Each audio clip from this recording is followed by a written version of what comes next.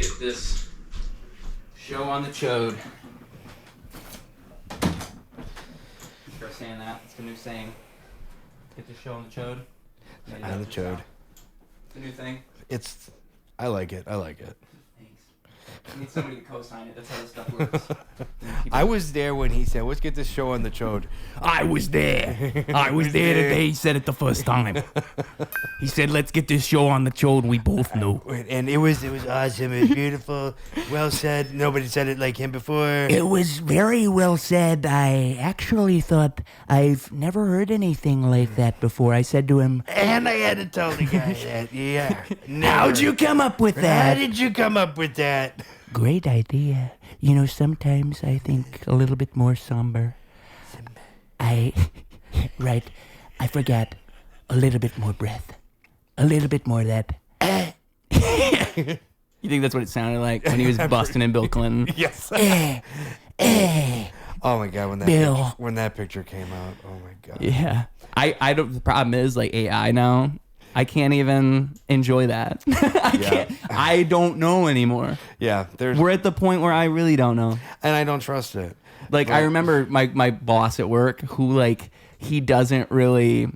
It's so funny when he mentions, like, the news to me, because I know that he has the most basic understanding of whatever this story is, and it's kind of like he's expecting me to explain it. Like, I'm the professional. But like, no, it's like that kind of thing. But if you do explain it, then he goes like, well, you're a bigot because you think you know everything. Well, actually, no. He's just kind of like... He's just kind of like, damn, that's fucked up. Like, he's... Like, I'm exposing him to the terrors of the world. It's like if Epstein happens, he's like, what the fuck is this Epstein? I'm like, well, listen, it's like this, and this. And he's like, Yeah, right. And it's like, I'm not trying to argue with you. I'm just trying to tell you that, well, I heard this. Yeah. And, But, what was I going to say? What was I going to say? Why did I bring up him? Because the story about... the AI picture. Yeah, so... He said, like, you see all these pictures that just came out, all these pictures of Epstein, these Epstein and Trump. And I said to him, I don't know, a lot of it's AI. And actually it was wrong, because that was like the first like Epstein like photo leak thing. Right. But even then, like, I think what he was talking about was one of those Facebook posts. Like, I can't even scroll on Facebook anymore, because so much of it is bullshit. Like, it's just actually, like, dead internet theory is stronger than ever. If you know what that is. So the idea is that the internet died so this, I think it came around 2016, 2018. Okay. And I don't think it was as valid then. But the idea was that 90% of what you see on the internet is just AI generated content and none of it is actually real. And in 2016, maybe not. But like now... Dude, just go to any comment section on anything popular. Like anything. It's all like nice, thumbs up, like just obviously bot comments. They're not even trying anymore. Yeah, there was one that said, oh, Dope, the band Dope just got their song Die Motherfucker Die put up on the charts again after all these years. And the picture that they show is Al Jorgensen from Ministry. You mean like a Facebook post? Yeah, and it was just like it was a fake tabloid or fake news thing on a band that the band Dope. Yeah. Like they really weren't being talked about very often because the singer's in Static X now, and Ministry totally they don't look like each other. What's maddening about it to me is like the idea is to generate clicks and da. But the real world effect is people just now are regurgitating bullshit made up for no reason. Or like even there's this other I don't follow it, but it comes up randomly on my feed. That'll be like, Alice Cooper went up to a priest today and told him to, that he worships the devil. And it like they're making like a legit like thing. But then like the next day you'll see something like, here's Whoopi Goldberg's picture, and it's almost the exact same tabloid, just like, oh, Whoopi Goldberg said to this political person today in person, and said straight into their eyes. And it's like, no. Like, and then there's like thousands of people commenting, like, And who knows how many of those people are real. Right. Because there's bots in there too, but there's real people. So it's like, how much of that is even real? Right. Because it's both. But what it reminds me of, I saw a post recently. It was, oh my God, look what Lil Wayne did. And it was a photo of Lil Wayne, like with a bald head, like he cut off all his dreads. And it's this type of shit where it's like, you know, just some fake engagement bait. Like, what's the point of this lie other than to get people to go, oh my God. Like, that's it. That's the whole point of the lie. There's nothing else. It's like the worst people you know. It's like, it's the person that you really don't want to hang out with and they tell you a fucking fake ass story. And then you're like, that didn't happen. Like, But you're trying to be nice. Yeah, like I have a friend I grew up with that literally every time I would see him, he would have this like I describe him like the Chris Farley in Billy Madison. It's like, I know a guy that did this girl. It's like, and they got it on. Oh yeah. It's like, no, they didn't. Well, there was another guy, and it's just like the whole time it's like, I don't believe you. Yeah, that didn't happen, and they just look at me going like, well, it was good seeing you. It's like, you never met a pathological liar before? No, like I've somebody met- who just lies. Oh, I have a few friends that are so.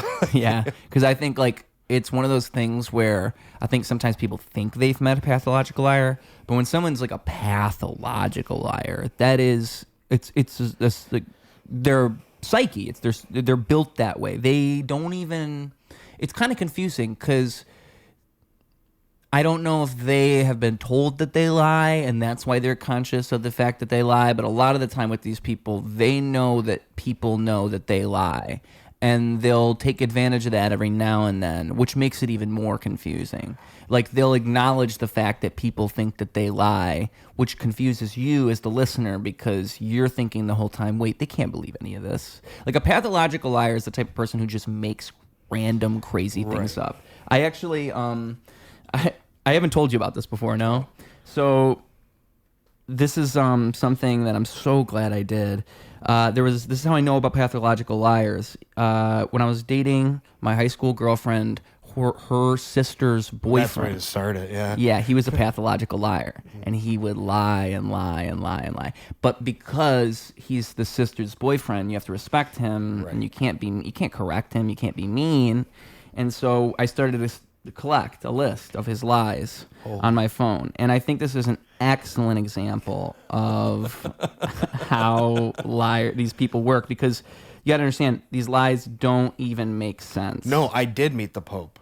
Yeah. Yes. Here we go. I was at a Giordano's in Tampa. The most ridiculous. I think Hulk Hogan was like this, by the way. If you look at the way Hulk Hogan tells stories, I think he was a pathological liar. I think he fits it because he makes shit up for no reason. Like shit where it's like you could easily fact check it and see that it's wrong. And he's saying like, No, brother, they wanted me for a movie, brother. I basically wrote the script. They wanted me on the movie, but then my Hulk Hogan is like half Alex Jones, by the way. But okay, so here we go. This is, by the way, I've never updated it since 2017. So this is dated October 13th, 2017. This is almost 10 years old, this list, which makes it so much better. Like, it's history. This is where I started it, was the first lie. Not the first lie I ever heard, but this one was just so ridiculous. I remember when he said this, too. So we were on our way home from school, and he was, like, telling a story. And it's always, like, topical. Like, someone would mention something, and then he's trying to one-up them. Like, oh, well, that happened to you. Well, this happened to me. Right. So, well, there's always those people, too, that drives me through a fucking wall. It's like, it's like we don't need to fucking have this one. It's not a battle. It's not a battle. I just was telling you that my grandfather had cancer. You know, like you don't need to like one up. It's like the guy in Improv trying to entertain the crowd, except there's no crowd and it's just us. It's like well, everybody applaud, you know. But anyway, go for it. So I remember something about singing. Someone said something about singing, and he said, "Oh, I'm a really good singer." I was once singing inside of the grocery store to myself. So he's singing inside of the grocery store to himself, and then somebody walks by. And they say, "Oh my God, your voice is phenomenal. You know, could you actually do a show for us?" And he's like, "Yeah, sure. I mean, what's the show?" So we want you to open for JT. And he doesn't know who this is, what any of this is. So he shows up to the venue, and he's opening for Justin Timberlake. And they had him sing the national anthem. So that was the lie. Shut the fuck up. Who did you date? It's my girlfriend's sister's boyfriend. Okay, so it's not my fault. Oh, the first lie. Okay, so it's the sister's boyfriend. That's the pathological. Not the brother. No, yeah, Okay, exactly. So it's like everybody's being nice because she's choosing to date him, and we're all trying to respect her decision. Oh my God. The first lie I ever heard him tell, I remember was, and it's probably on this list, is when I met him the first day we hung out, because it was like, you know, I'm at my girlfriend's house and he's also there and we're all going to go for a walk together. I remember two things he told me that day. Three things. One, he said he licked jelly off a hobo. Like one time he was eating a peanut butter and jelly sandwich. The jelly fell off and he licked the jelly off the hobo. And that's like, what a strange lie to tell. And then he also said that a woman had a baby with a dog once and he was sure of it. I remember him saying that clear as day. Because I remember thinking like, really? And he was like, yeah. And then yeah, you find this interesting? I know I gotcha. Dude, it was wild. And then the third thing I remember, we're all sitting in the room and he tells my girlfriend that her ass is like as flat as, I can't remember what he said. It was like as flat as something. It was particularly rude. But like, I remember those three things he said that day. That was my first impression of him. All right, so he has extremely sensitive hearing. He can hear dog whistles. All right. He knows how to break into my girlfriend's house without setting any alarms or breaking anything. This is all stuff he just says casually, okay? He can see how much money is in my girlfriend's family's bank account. Daniel Radcliffe had come to Flint, where I was from. Right. So Daniel Radcliffe visited Flint, and he was at like the Logan's Roadhouse, or he was at, I think it was, I'm not gonna remember the name, but it was something like that. It was a nice little breakfast place. And so he's there, he leaves. And it was like in the news. And so guess what? Well, around that time, this guy played Wii with Daniel Radcliffe. They played the Wii together. He's a professional dancer. He went on a 1-month homeless retreat and he had a suit by the end of his first day. You can't make this shit up. He's a professional masseuse. He bit a guy's ear off. He's 30-0 in cage fighting. Holy grace. It just doesn't end. This one, it was so hard not to laugh when he said this because he was serious. He said his eyes are tan because he stared at the sun when he was younger. He said that. That's making my head hurt on how, like, this person, like, if I feel like I met this person, oh my God.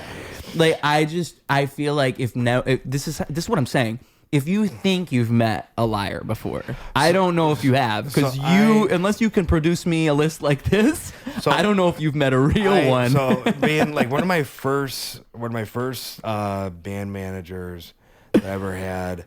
I mean, and don't get me wrong, he was a very nice guy to us, and he was, but he was a madman. Yeah. Like the things that he would say to like make, like almost like turn me into one, because it was such a, like, okay, hey, I got this show and I need you to sell tickets for it. This is gonna be a really big show, and when you end up doing all this work, that he was, he was just full of shit. It wasn't a big show. Oh. We're playing inside of a dart bar. This is gonna be a big thing. And then as we're finding out over the years, he did get us some pretty cool shows, but then he would start saying these lies like, hey, you're opening up for Alice Cooper, baby. Oh, we got I just guess who I talked to today in an email. Rob Halford from Judas Priest, baby. And it's like, how did you get their email? And and he'll show me the email, but it'd be like he made that email to show me that he's emailing himself to show me that, I got him. You're gonna be working for me, man. We got Rob Zombie. He's telling us we're gonna play this fest. And I was actually thinking about this today because the shirt I'm wearing under here is my buddy's band Sleaze. Uh-huh. And honestly, 18, 19 years old, that was the year of I felt like I was being manipulated to be a fucking pathological liar, because you're telling your friends, saying hey, I got this guy. He's helping me out. He's showing me all this stuff. We're going and doing these extravagant meetings and meeting all these network with all these people. And then you go, this guy's just lying to me nonstop. And I did work with him for 2 to 3 years. He wasn't always that way. But you really couldn't tell. Yeah, because that's what I would wonder. Is It, I wonder if it was slowly- like that all along. I mean, like, he could tell me stories about, like, I used to do this at the movie theater. I went to this place when I was a kid. And, like, yeah, people can always have, like, those childhood stories. But it's almost like when people have to tell you this stuff, like, it's, like, headline news or it's, like, the coolest thing you've ever heard, that's when you know it's a fucking lie. Yeah. Because it's like, I didn't ask. I don't care. Yeah. And like when I was younger, I was like, yeah, that's really funny. But I wasn't like laughing my ass off. I was going like, oh, that's funny that you went to a movie theater and put butter on your popcorn. I don't know. Or you had a beautiful girl that you cut the hole at the bottom of it. It's like, I don't think you actually did that. You don't follow Bert Kreischer, do you? Who? Bert Kreischer, the comedian. I think I know who you're talking about if I saw a picture, but He's been doing podcasting for so long. I mean, he's probably, I don't know how long he's been around in comedy, but I mean, he's been around a long time. And it's just, he's a notorious storyteller. Mm-hmm. To put it lightly, he fits into our conversation. And it's just interesting, like, going throughout because he's done all this radio, podcasting, all this, these videos, this content. You can see these stories. So you can like, okay, maybe that and maybe that, but it's like what you just said, where it's at a certain point, it seems like you're telling stories to entertain. Like you can kind of feel you're not telling a story to tell me something. Share. To share or even keep me engaged. You're trying to entertain me of something that, because and he was one of those people too, like when you'd introduce me to somebody, he's like, oh, this is my buddy. And then they go, and they're like, hey, hi, nice to meet you. Like, they're not excited to fucking meet me. And I'm the asshole that's standing on the side of that person going like, I want to just go home. It was like, you're not the person you say you are. And these people really are uncomfortable being around you. One time I was at a party with somebody and he was introducing me to people, and I appreciated that he was introducing me to people because, that's actually a nice gesture of him. He's doing the right thing. Right. But I remember like he would take the lead. He'd say, hi, this is Ruse. Or he would always say my government name. He'd always give my government name away, this guy. He'd say, hi, this is Wyatt. Da-da-da-da-da-da. Yeah, which I was like, I think you added me on Facebook years ago, and it said Wyatt. And then when I'm like, who the hell is Ruse? I like to keep it confusing, right? But what I've realized recently, if I ever do like folk music, Wyatt Chipman's not so bad. That might work for like my folk, my country, whenever I transition over, become the solo male singer. But as you just look out into the distance. Yeah, that could be my cover art. You're right. And he's introducing me to everybody and and it's great. It's going great. But I remember he has me,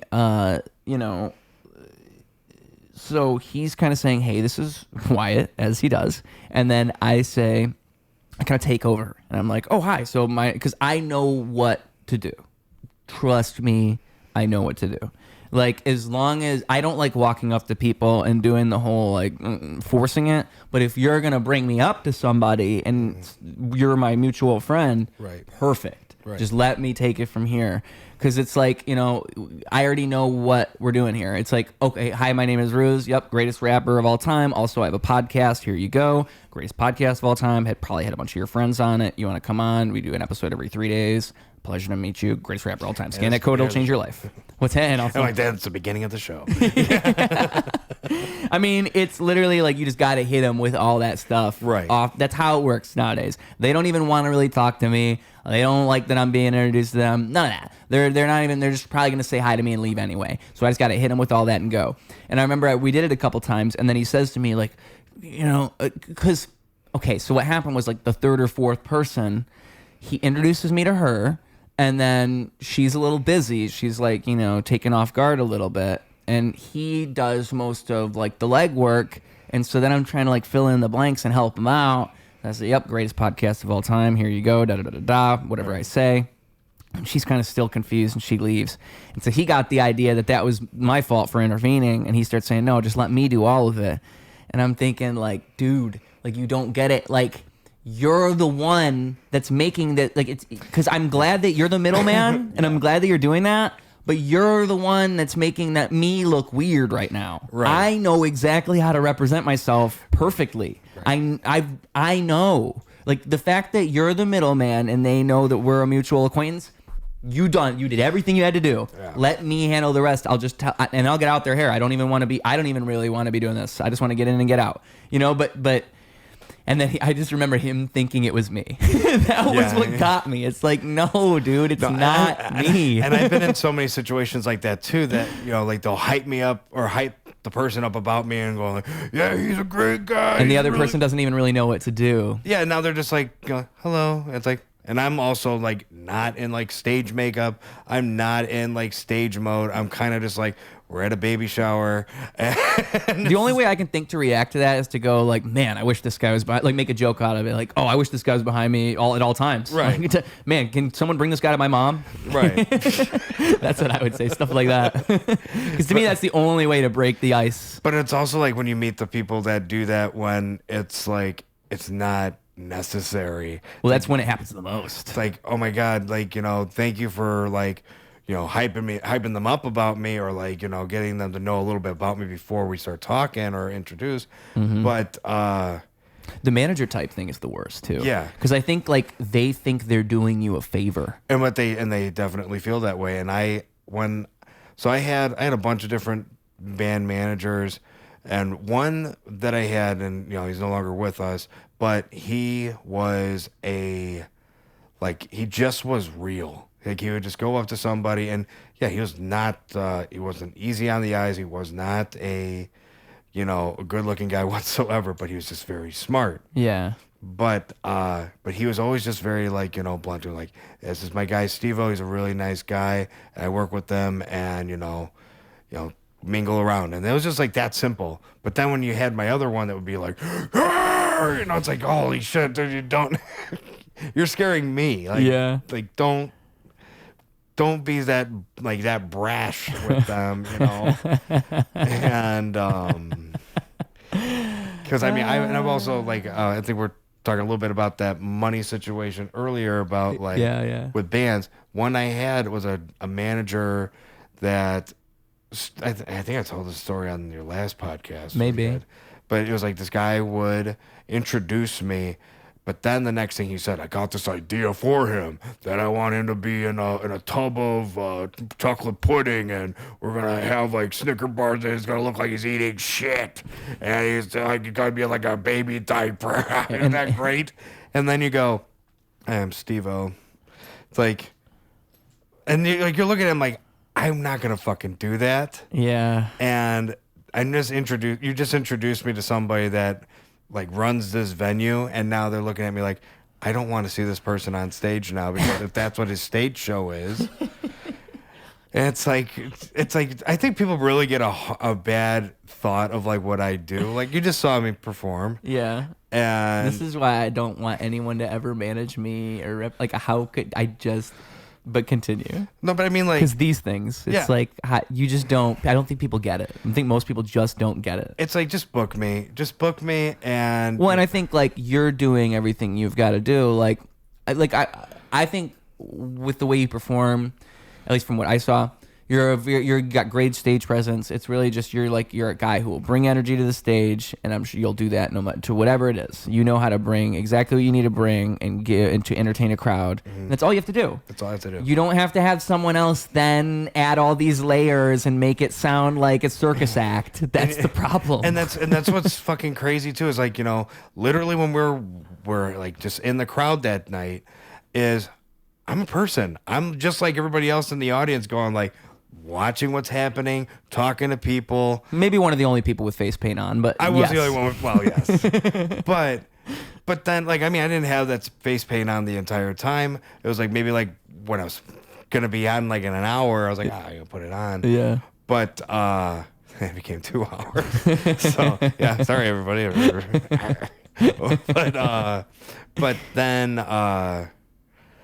but yeah, I'm like, when people think of like what I do on stage, I think that I'm going to be be a total fucking, clown, and then a mixture of like chaos and, I mean, yeah, there's a little bit of chaos because I'm fucking, a lot of physical aspects to the show.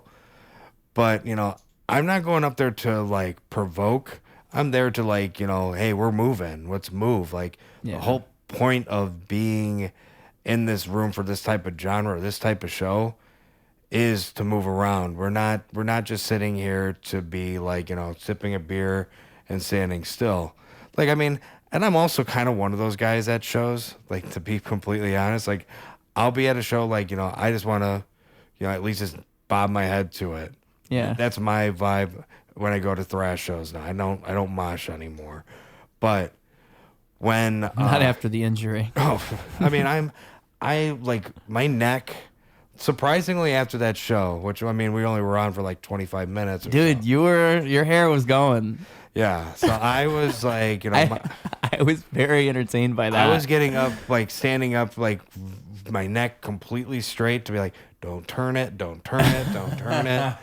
And it's like, that kind of sucks, to be honest, because you're like, man, I'm getting to a point that I'm like crippled after doing a show. But there's also like, there's ways that I've, noticed. I'm like, okay, that after that show, I was looking at videos and I'm going, I did take a big break on moments just to like, look at the crowd and check in with my bandmates that I didn't need to do anything. And, cause I mean, even after that show, like I was very happy. And I was like, actually I was upset on the side that I'm like, man, it's over. Yeah. It's like, fuck, I'm in such like. I don't know about you, but for me, performing in particular, and I think it's just because I can't even help myself, but whenever I am done performing, like getting off of the stage, I have to like calm myself down. Oh, the adrenaline that I get after a show, and I don't even know how to describe that. Like, I don't know if there's any drug like that, if there's anything like quite like it. It's like being on fire. Because I could be extremely tired before doing a show, and then I could be up for 10 hours. Yeah, and it's like, again, like you don't even want it to end. You feel like you want to hold on to that because it feels special. Yeah, because I mean, and it's also like one of those moments that, from the years of doing it, you go in, you're hanging out with everybody because, people are all fucking like, everybody always think that I did drugs. So like, man, you stay up all fucking night and you're fucking, it's like, no, it's like, I don't do drugs, I mean, I drank, but what does it say about you when all your friends think you do drugs? Because like, they'll look at my pupils and they'll go like, they're super dilated, and I'm like, I'm just amped. There's an energy that I just re-released. This is like my second, third, and fourth wind all at the same time. Yeah. And it's hard to come down from it because, I mean, you want to be alert. You want to be awake for who's coming up to you. And you have to be alert throughout that entire time you're on stage. Because, I mean, if you're not there, like I've never thought that being in the moment was so energy draining. But yeah, when you're in the moment, yeah, it does take a lot out of you, so you have to like give a lot. I again can't even help myself. Like so to me, I have such a high standard for performers and like just acts in general. And as a hip hop artist, the bar is low. Okay, so it's interesting to me just to look out and see people who do that at all, because I think it's I don't even think about it like I don't even know, like I don't think it wears me out, but I also I have ridiculous endurance, so that could also be a part of it. Like my breath control is ridiculous. Yeah. And I'm just aware of that, so that might be a major part of it. Like it's hard. I push myself to the point where I could pass out if I'm performing. I like to do that. I find it to be like, to me, that's what I would want to see if I was at a show. I'd want to see them giving everything to it. But I'm not even thinking all this stuff while I'm performing. I'm just trying to make it the best thing it can be. And in my mind, like, I don't know, I just can't even imagine not doing that. Like, I can't. I couldn't even do it. I couldn't half-ass anything. I literally couldn't if I wanted to. It's actually kind of hard when it comes to songwriting, because I'll be like, no, dumb it down. Like, you don't have to do this much. And it's hard for me to do that. So it's like even what that show, like, you know, I felt like, you know, I'm not going to do this show because I don't have a drummer for it. And my brain was, you know, even when we're at rehearsing to a drum track, you know, I was thinking, like, this is just fucking ridiculous. This is so stupid. And then... Because you're just preparing yourself for failure. But then I'm like, but what really started getting me to go was like, you know, okay, this is, you know, we're all in the same room. We're all jamming. We're all having a good time. We're bullshitting with each other about this situation. So, like, almost like if we were all on the same page of this is stupid, we're okay to do it. Right. Because if one person says we're taking this seriously, then we're not doing it. I mean, in bands, that's the eternal struggle, is getting everybody on the same wavelength. Yeah. And because, I mean, at first I was like, you know, we're going to do it like we always did. We're going to be like, you know, we're going to take this very seriously and we're going to go for it. And by the first song that started, it was just like, it came on like Mario Kart. It was like, boo, boo, boo.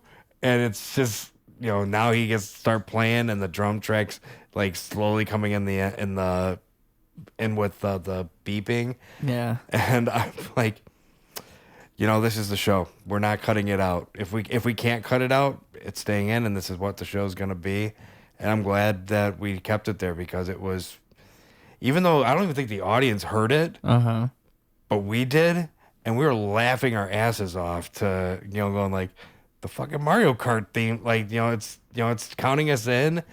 It's super cheesy, but then at the end of the day, it was like, you know, you're seeing people fucking moshing, and you're seeing people throwing each other around. I'm like, yeah, nobody seems to be minding it at all. I think it goes even beyond that, to the point where those tend to be the most special, like, best moments that you remember the most. Like the second taco party, and I try my very best. GTP. The first taco party, actually. So I try my best to do this, and you can't. It's such a hard art to master, because you have to. It's like the making the moment thing, and this is like something I learned actually from a 21 Pilots interview, because I used to be a big fan of them growing up, and they were talking about they used to perform at bars and nobody gave a fuck. Like, nobody was paying attention to them, because you're at a bar, you're in the back of a bar, and that was their gigs. And so they started to do backflips off of the piano, and that would get people to pay attention. And to me, there's such a huge lesson in that, and I think it's all about, it's like the music and all this, it's all kind of a side thing. Really what you're doing is you're creating like a feeling and a moment for them to remember. And if you can give them something like, for lack of a better word, iconic, like something that'll stick with them. So one move I always do is, and I try to do this at every show. I would have done it at Taco Party this time. There was no stool. And I actually realized now there was, if I would have went and grabbed it.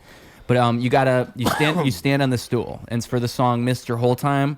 Every time I try that song's always my closer, and once the song hits, and it's best if I'm a little bit loose with the stool and I make it look like I'm gonna fall. Like, that's what makes it really good. I stand on the stool and then I start to move a little bit, so people, they're trying to pay attention to me, but they're also like, oh shit, like he's really doing that. And the other thing, what I was gonna mention, the first taco party, and this was a miracle. This is what I hope for. I always wait for the little miracles. So somebody was passing around somebody's passing around tacos, and they had the Taco Bell box with the sauces. Yep. And so I'm in the middle of performing. I walk over there, and you gotta be smart. You gotta be like hyper conscious of everything, because that's the only way this can be done right. Because I'm like, I have to pay attention to my fucking song. That's really what I'm thinking about.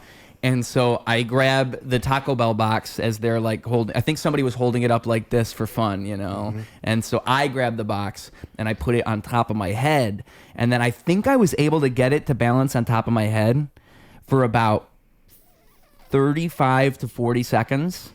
And this is like while rapping, while like trying to be entertaining. I had to like kind of stand like this stiff so my head wouldn't.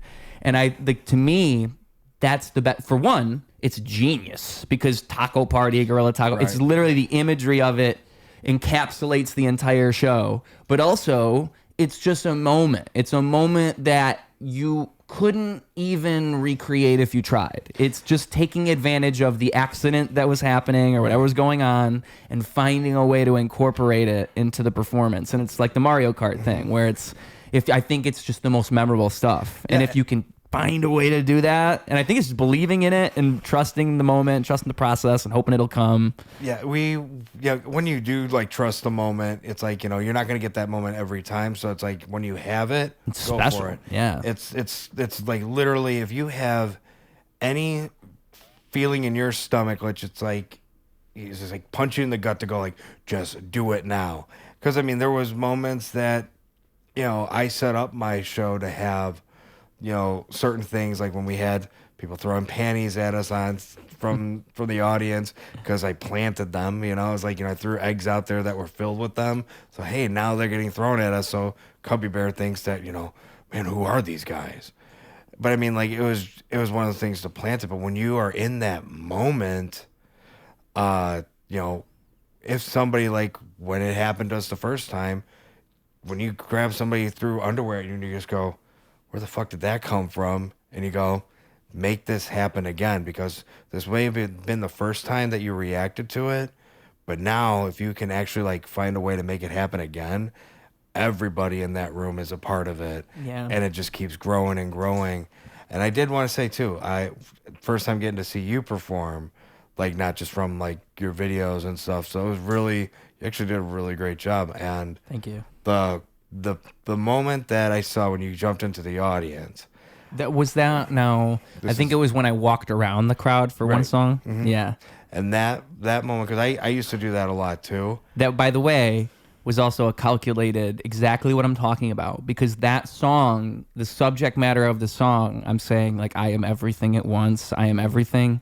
So in my mind, that made a lot of sense. Like I'm amongst the crowd, like I am, and the song's called Ubiquitous. So it's like I am everything, like I am amongst. But anyway, continue. Right. No, but I used to do go into the crowd too, and I stopped doing that because it's just like you got to do it right. You got to do it right, and also you can overdo it. People do it gimmicky. People do it, and yeah, it's like when you go out into the audience, it's like, oh, this is what we do, and this is what makes our crowd focus back to us. It's like it actually can be almost the opposite of that. That's what I'm saying. Yeah, I think people just do it to be different, and they're not. That's why for me it has to be a calculated, smart decision. It has to make sense. I think you did very well on that, and it was very entertaining because I hear your raps, I hear your free flow, and everything, and yeah, it actually was really well to me. That's. Oh God, dude, I love performing so much. That's what it's all about to me, is that like I would rather do that than anything else. That's what I live for, is that shit. Like it's just the best thing ever. And I know that it is when I am the most powerful. Like I'm just able to do things. And what I love about rap and what I love about that is I'm doing, no one is helping me. That's all me. And no one could do that but me, and I know that. And just, you saying all this, I know I'm right because I've heard this a million times. Like, I know. All right, I'm taking it back. But my point being, though, like, people are delusional. I've seen a million delusional people, and I know how it sounds when people say, like, oh, I'm a great performer. But it's like, and that's why I'm always wary to take anybody's advice or listen to anybody, because I already know, like, most people don't really know what they're talking about. Yeah. And so, like, when you say this, it makes me understand. I am following the light. I'm doing what I'm supposed to be doing, because I want to inspire people. That's what I want. I want what I do to light people up. I want every time I perform, I know that I can have like an effect on a room. I've seen it happen in comedy, like where it's like it'll be a comedy show and I can like bring life back into a room just by like throwing them off kilter, and not like. It's the whole novelty to everything of it. It's if you can do it right. That's why I started making like the professional mind blower shirts, because that's my idea. Is I'm a professional mind blower. It's about like, it's so much more than any particular thing. Like it's not even about the rap. It's not even about the this or that. It's about the everything of it. And I think so many people miss that with performing. Yeah. Like dude, fucking in rap, so many people are using even the idea of using a backing track. What are we talking about? You're talking about karaoke to your own music? Yeah. That's what we're talking about. And I can't stand this. That was what they're literally saying to me, like, oh, if you don't find a drummer, you can do that. And I'm like, I would never do that. I was actually, like, if the drum tracks didn't work, I was going to do that because it's like, I'm not going to cancel on the fucking day of a show. Yeah. But I'm also going to laugh at it going like, hey, guys. You could tease it. I would fucking be like, hey, guys, we're doing some fucking karaoke because, sorry, my drummers I went through 3 drummers in the period of time to get this to happen. That's better than canceling, by the way. That's exactly. You know what I mean? Like, I believe in, show must go on. And if there's any show to be like, and this is no jab to GTP, but if there's any show to fucking have like, a moment that you're like, let's just have some fun, let's just go with it, it's that show. Yeah. And I mean, if anything, that's a compliment. Yeah. It's just a show, not to be a total fuck up, but it's a show to be like, hey, you're amongst friends, and this is a point of the show is to be, about community, supporting each other. And yeah, some shit's kind of hard to, sometimes you don't think life's gonna help you out, but that show, I felt that the love in that room, the energy in that room made it all worth it for me. Yeah. And because shout out to Tim Perez, Guerrilla Taco Party.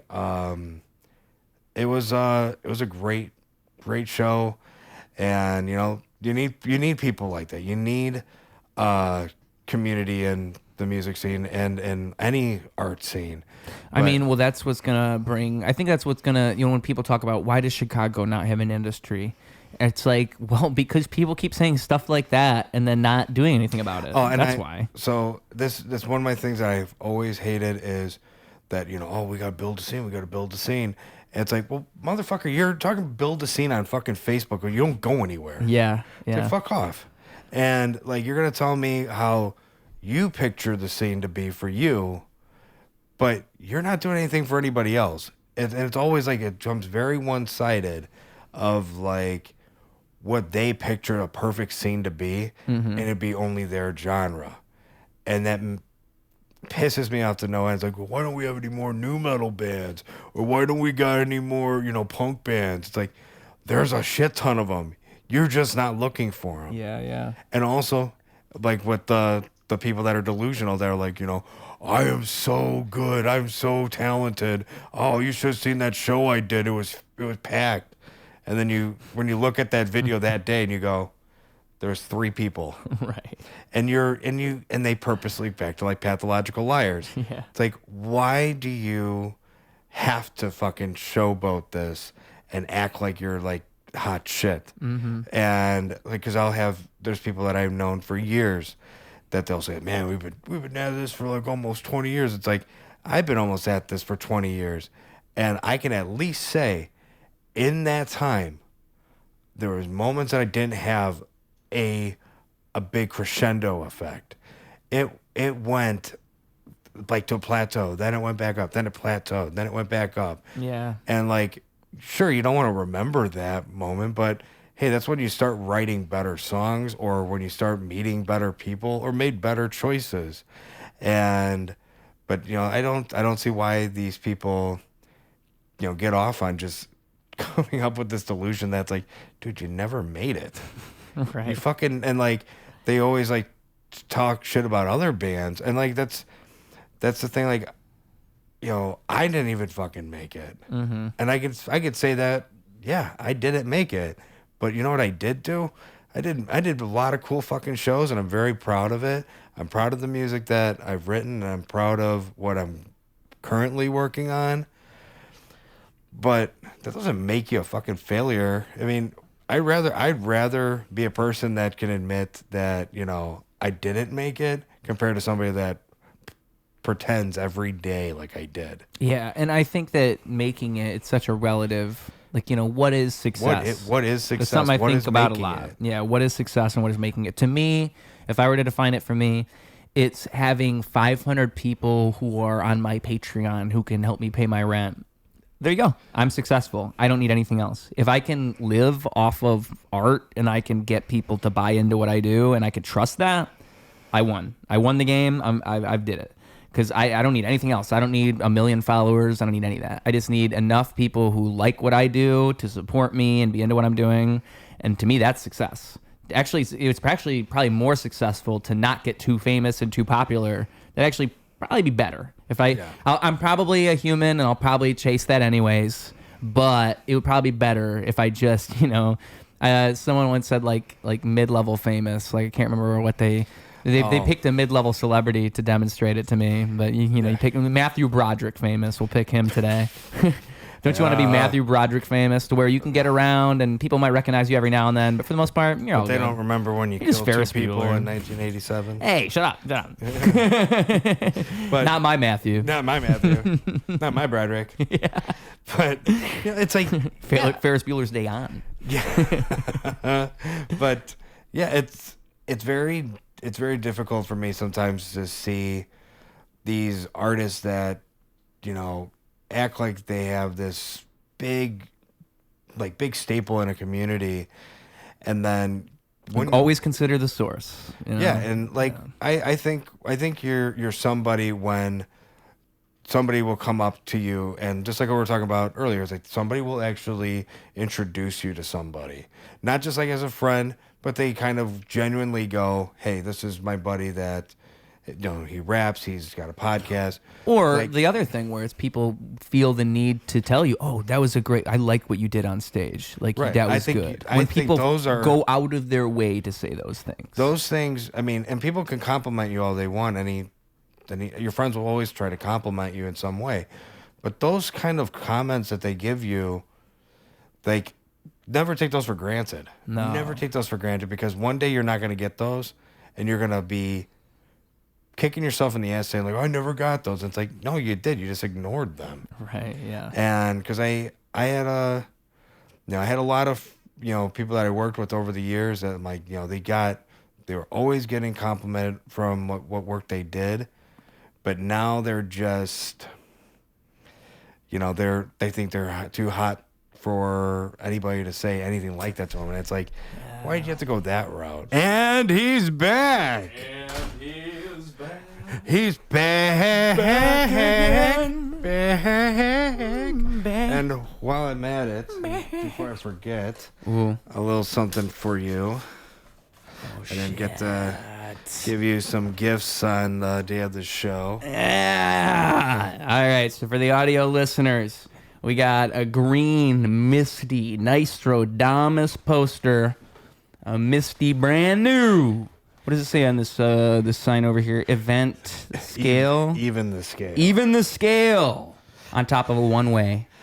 Oh! We got a CD. A physical CD. I'm gonna bring this up to the camera so they can see it a little better. All right. You want to describe what they're looking at right They're here? They're looking at the first album of Nystrodamus, Even the Scale, which you can check out on Spotify, Apple Music, anywhere there's music. And it's been, I think it's coming up to its 5th year. And there's music videos for it. Hey, there you go. But then there's also another gift. What else? Well, what else do we have for him, Johnny? We have an old school sticker here. You should have stuck this all under my seat while I was outside of the room. Everybody look under their seats. I want to Oprah you. I'm going to Oprah you. Well, speaking of Oprah, here is a Nystrodamus and the Horseman sticker. It is the Nystrodamus OnlyFandles. Because when everybody in 2020 started making OnlyFans, I was thinking, why can't I? So I put my face on beautiful pieces of art and called them OnlyFandles. Oh, man. And it says on it, Nystrodamus and the Horsemen. That was what the band was called 5 years ago. But if you didn't notice Aphrodite's face. Oh, this is sick. Yeah, just Stevo's face on Aphrodite. Okay. I don't know if the camera's going to be able to get that. But we'll see. Yeah, Stevo's face on top of. I mean, yeah, if only I could do like a huge zoom on this. I'm just gonna hope and pray it's getting it. 'Cause that's something else. I mean, folks, if you don't see it on this video, I'll make sure to. I'll post it somewhere. Go to the Ruse Radio Instagram. Maybe I'll give it an exclusive post. You know what I'll do? I'll post it all as like the merch. I'll figure out a way to put it like the merch roundup. Like look at the gifts we got from Nystrodamus. I'll make it sound all cute. You know, we got a little gift bundle from Nystrodamus. It was a Nystrodamus bundle. Nystrodamus gift bundle here at Ruse Radio. Check that out. And I'll make sure to get a huge zoom on this face because I'm telling you, folks, you got to see it. It's kind of what ties it all together. Yeah, I miss making those. I almost missed it. I'm glad you pointed it out. I was like, you're looking at it going like, oh, it's just Aphrodite. No. That is not Aphrodite. She's even more beautiful. I was at the show was trying to get, I had the final batch of them and a good amount of them got sold. But it was just like thinking back, like, I had one of my favorite shows at the Cubby Bear was all these people from Texas. Yeah, right there. Yeah, for now. Rue Nystrodamus. Rue Nystrodamus, yeah. I'll figure out a more professional way to do it later. But continue. Yeah. Ignore me. No, you're. Don't let me interrupt you. Oh, that looks good. Right there. Beep, Well, the problem beep. is, It's a flopper. It's a flopper. She's a flopper. Boys and girls. Someone make this thing excited. But see, I don't want to. All right, so I'm gonna be careful. You could do that. Well, if I bend it back though, Yeah, then if you bend it back just for a little bit, it's not gonna hurt that bad. are you sure? It's not gonna fuck it up? I think I had to put it in a rubber band. Because I could do this. Yes, that's perfect. But I might actually just be off camera at this point. Because it might not even be on camera. You know, here's what I'm going to do. Because I'm sure the folks are loving this right now. I'm going to put it right. I'm going to try my very best to hold it. Yeah, there's my I'm just going to hold it like this. You're going to put it hold like that? I think that'll be entertaining. Okay. People will be surprised. Imagine the clips. If somebody clips this part. Like, what the hell is he holding? Because we'll be talking about something else, then I'll just be doing that, you know? Like, I don't think kids should be raised that way. Subliminal messages. Yeah, they don't even notice. You want Nystrodamus stuff. You want an OnlyFandle. We'll just flash Aphrodite with your face on screen. No, but there was actually a show at the Cubby Bear. It was our first time playing there, and this was because I first started it for Wreckfest at, I can't remember what street it was on, but they did it around 4th of July. And going with the name Wreckfest was just a Wreckfest. It was so crazy. But I made these, putting my face on Uncle Sam and, I'm selling these candles with Uncle Sam on them. Yeah, yeah. And, but then the next time I was like, there's got to be, because there was an app called, oh my God, what was it called? My Face or something like that. And that they are now illegal in Illinois, that it's, you're tampering with people's identities and shit. And I'm like, well, I was getting away with that for 2 years. I was very upset when I lost it. But then next thing that happens, this bachelor party from Texas comes into the show, and they're all like dressed up head to toe like they're rodeo as fuck. And they all saw my stand. They see all these OnlyFandles. These guys are like, they look like they're gonna beat the shit out of me. Like they would not look like the kind of people that would be hanging out with me. And they are laughing their asses off looking at them. And they all bought my Kim Kardashian OnlyFandle. And it's when she's got the champagne bottle, and it's like the bubbles are going over her and landing in her ass. And they bought at least 15 of those because they thought that was the funniest thing to bring back to Texas. And it's like, just to think that they didn't stick around for my show, but they definitely bought 15 OnlyFandles because they thought it was funny.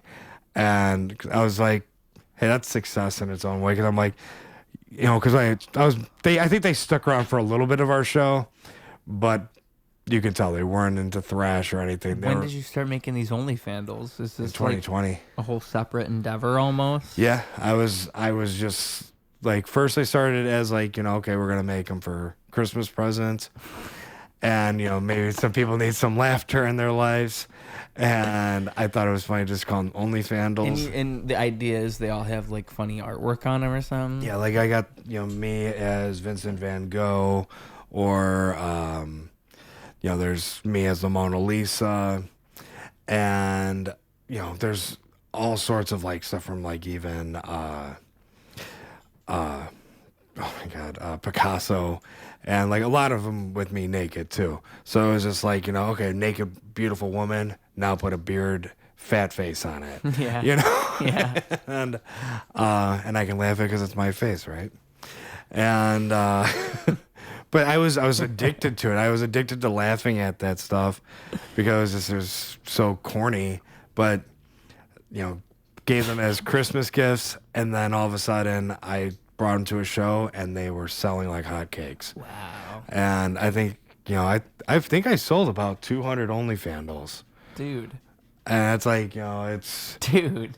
like, and it was crazy. And then I started, selling scented ones, and I actually like made the candles and stuff. And, and it was just like a side little hustle going like, hey, I'm writing thrash metal, but I also like making you laugh a little bit if I can. It's a great idea.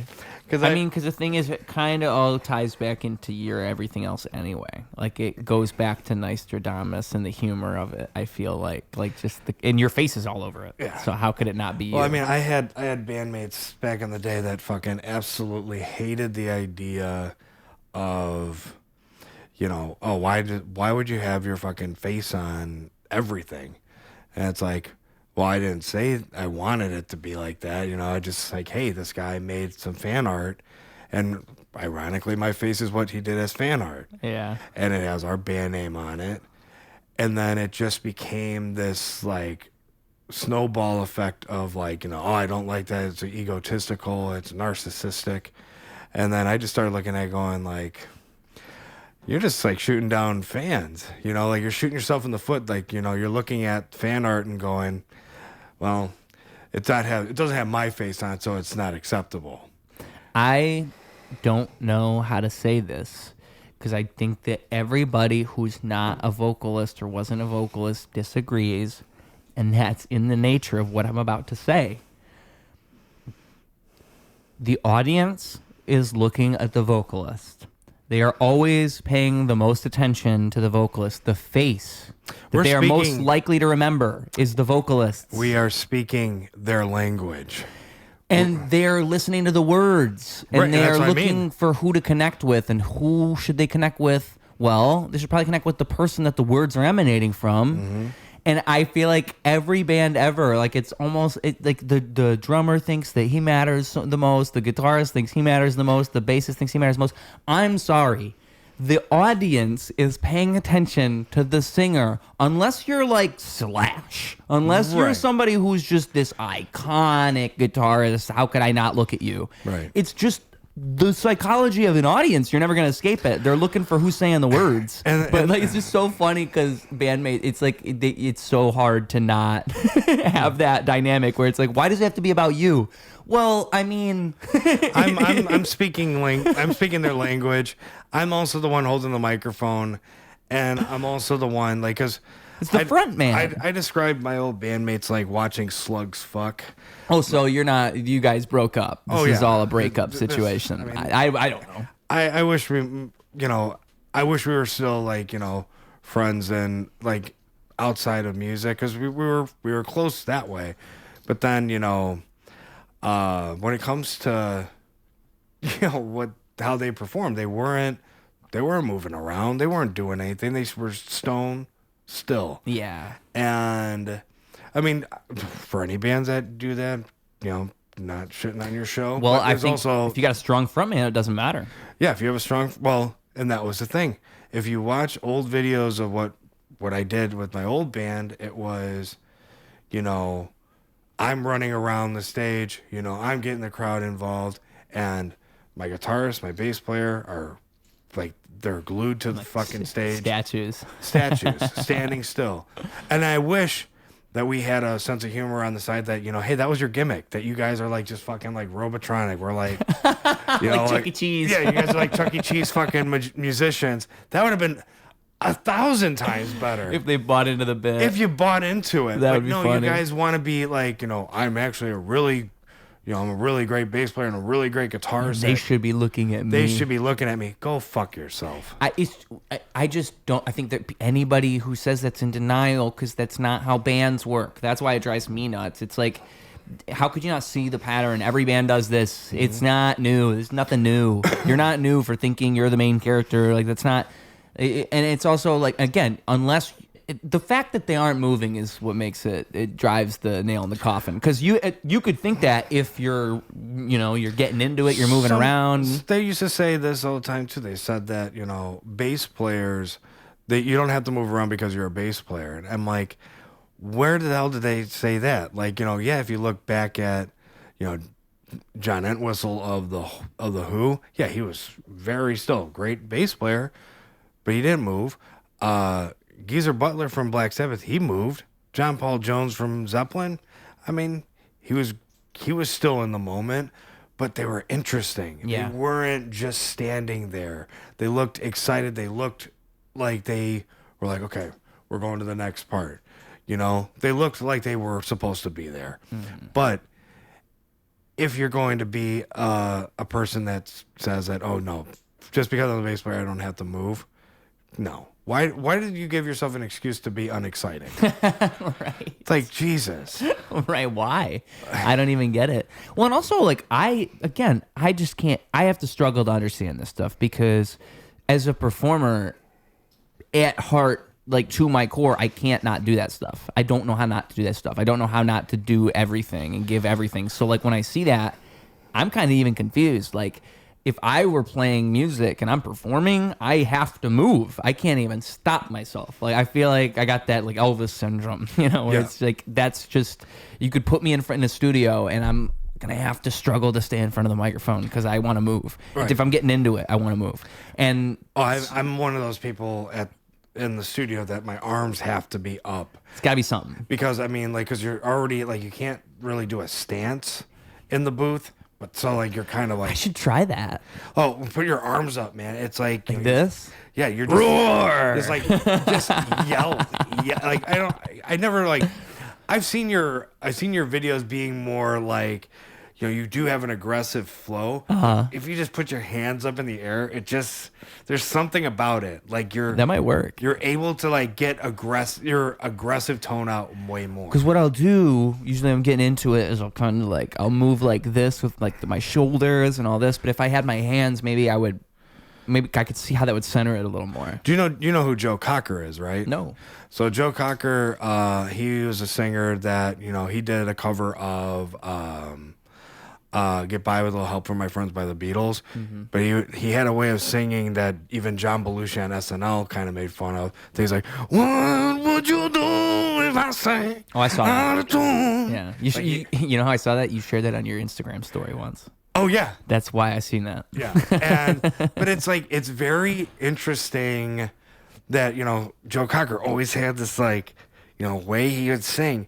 He wasn't like, he didn't have like a tick. By the way, John Belushi nails it. Oh, yeah. Yeah. And he sounds just like him. But I think, what was the original guy's name again? Sorry. Oh, Joe Cocker. Yeah, I heard Joe Cocker said that he didn't like John Belushi's performance because it made him a little uncomfortable. Well, yeah. Well, because John Belushi nails it so, like, John Belushi's being funny, but he's also being authentic. So that's like, I could see how it would make him uncomfortable because it's a little bit of a mixed bag. Well, mixed bag of what he was doing before he got out on stage. Yeah. I mean, John Belushi was a very big personality to be around. Uh-huh. And I mean, imagine being like Joe Cocker did drugs, John Belushi did drugs, but when you have to say that I was uncomfortable by this guy, but how many drugs he was on, it's like, it's kind of like what they say. It's like the raw power of, like, Chris Farley.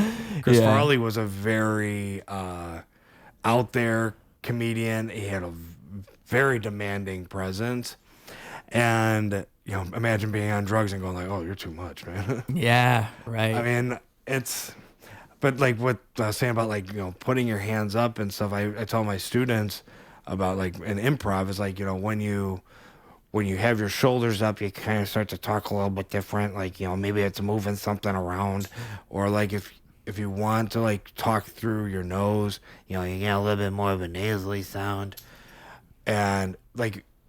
It's incredible, like, what just even your body can do to your voice by just even raising your hands up. What's really interesting? This guy is really good at impressions. I'm not going to remember his name right now, but he's, like, one of the best impressionists ever. He's, like, Frank Caliendo. Frank Caliendo. You familiar with him? Yes. Okay, so I was watching him talk about it on Andrew Santino's podcast, and I don't know if I've seen him say this anywhere else, because a lot of what he does is a bit routine. Like, he kind of has phrases that you'll hear a lot. If you watch a lot of them, he has his go-tos, but you'll see him drop some new nuggets if you watch a lot of it. And he's really good. I mean, he's really good. Because I think a lot of impressionists have like 3 good impressions, and everything else you're just waiting for the good ones again. But he's pretty good at almost everything. What I was going to say, though, is his tip is it's all about the shape of the mouth. It's about the way, like, you have to, he said his cheat code is looking at whoever he's doing the impression of and looking at the way their mouth is shaped and their jaw and the way their mouth moves, and that's almost a cheat code to figure out how to do their voice. And I mean, you're listening to a legend of that telling you that, so he can't be wrong. And it goes with what you're saying. It's everything, It's the whole physicality of everything you're doing. Yeah, because I mean, even like, as like I know that goes different to what Frank Caliendo would say, but I mean, like, I notice when people even just shape their body a different way. Yeah. Like, you might not think of it like, it made your voice turn a little bit more defeated, like, a little bit more differently, because I'm standing this way now. Yeah. It's like it changes your voice even when you don't really expect it. Yeah. And because, if you're standing up tall, this is how you usually talk. But if you shift anything, your voice does tend to change. And, which I think a lot of like where I go with like music and with like teaching my students, it's like bend that spine, fucking try to find something. Because I mean, I've always gotten told that I sound like Ozzy on certain songs. Yeah. And I love Ozzy Osbourne. There's no doubt that I want to sing and sound like him. He's my fucking favorite. But when I listen to what I do now with Nystrodamus, it goes like, there's really not a lot of Ozzy in there. There's a lot of like, who is that guy? Because it's like, Ozzy didn't sound like raspy. He didn't have a raspy, gargly voice. Yeah. And, it's always kind of interesting, like, when you find out, like, this is what I sound like even how you sound. It's like, do you get told what you sound like? Yeah, but I know that my voice is flexible, so I appreciate when people say different things. I'm used to it. One of the best compliments I've ever gotten, it was on a video I posted, because this is something I'll experience, where people say, oh, you sound like this, you sound like this, you sound like this, and it's all different things.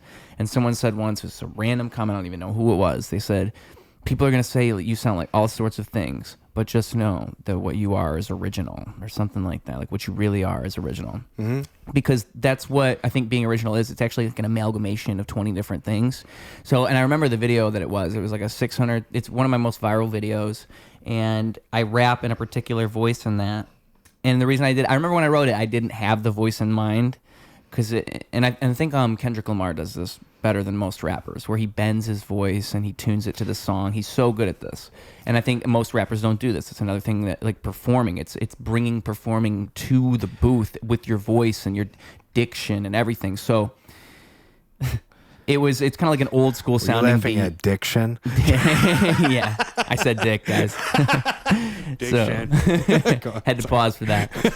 But so he.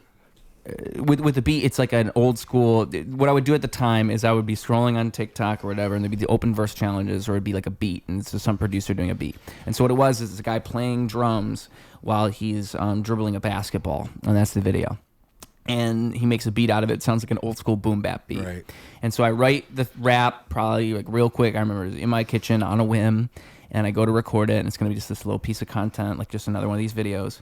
And when I go to record it, I think the first take I didn't do it, and the second take I was like, okay, because this happens a lot. It'll be like I have the way I wrote it, and I'll rap it. I'm like, I feel like I could do this differently, or there's some different way of approaching this that would be This just isn't it. Like, you can tell that just wasn't it. And so, and I think the way that I did it at first is like, spit that shit to make your mouth dribble, drop that shit to make the ground jiggle, like that. That was the idea at first. That's fine. But then the way I ended up doing it was, spit that shit to make your mouth dribble, drop that shit to make the ground jiggle. I'm so sick I make the house wiggle. I'm an old school OG. Hear the sound ripple. It's mathematic. I slap the back, just like that the whole way through. And it's so much more powerful like that. I mean, it doesn't even compare. But I think like what I've heard on like your Instagram, what you would post, like even the one you were just doing, you did like a GoPro fucking thing on, like, were you skateboarding or on a scooter? Yeah. So that song, most of what I post with those are songs I've released. That song's called Mask On. Okay. Yeah. Because I feel like the way your voice goes on that one, so you have a very bouncy. Yeah.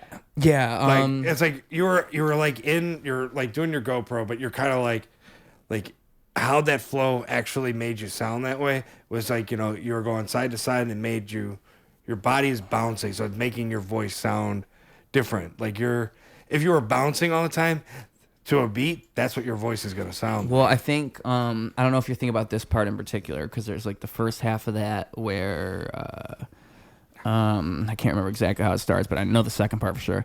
I levitate, it's a hobby. I demonstrate in the lobby. I said it straight in a second. I send a wave if you got me. I get away with the murder. I have my way with you probably. I put my name on the burner. I fold myself origami. I got a way that I do it. I know my ways are ungodly, but gotta say that I'd lose it to see the day that you got me. Dun-dun-dun-dun-dun. So it's just like that. Right. But it's almost like a roller coaster, like up and down and up and down. Yeah. I love that flow. Like, I love when I can do that in a song, because it almost sounds like a hook. If I can make the verse sound like a hook almost, and it's hard to achieve, because I mean, so much of it is just filling in blanks with words and making it all make sense, and it's something that's hard to explain. Like, where is that even coming from? Well, I also appreciate your music being not the type that, you know, you hear the music start playing and it just starts off with the instant, is this it? Hey, this one's new. One thing I'll throw in like a little like hey or something like that, but this is something I do like in any time I ever appear anywhere. I like for it to be the case that I keep it as minimal as possible and I just rap. I don't want to waste people's time trying to posture and look cool and be cool and entertain. No. I just want to go right into it. I always looked at that like always like you're sleepy. You're like, you're fucking just going like, yo. Yeah. It's like, come on. I mean, it's the same thing with metal when they're just like they're ready just to go with a scream from the fucking intro, or they always have to say yeah all the time. And I mean, the only person I still think can just do whatever he fucking wants is like Rob Zombie, when he goes like, hey yeah, you know, it's like, okay, it's Rob Zombie, he can do whatever the fuck he wants. Yeah. But you know, like so many rappers nowadays, like I feel like once a song starts playing, I just want to go, yeah. And for me, it's like I'm always trying to figure out ways to do that's why I would recommend recording your own music, because it's so much harder to do, like, to just experiment and try things out if you're in a studio and you're worried about this and this and this.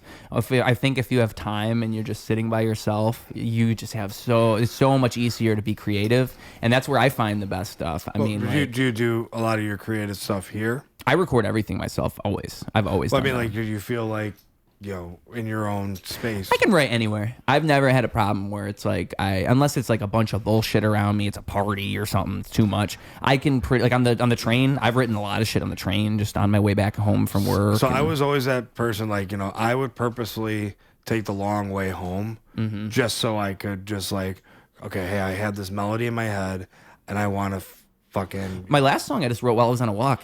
Actually, Yeah, I just like I was walking my dog and I was trying to write it on my phone as I was walking, and I managed to do the whole thing. I thought I was just gonna write the beginning, and I wrote like the whole thing on the walk. So there was a guy I saw a couple weeks ago, and it was like, for other people that probably look at him like, man, that guy's fucking weird.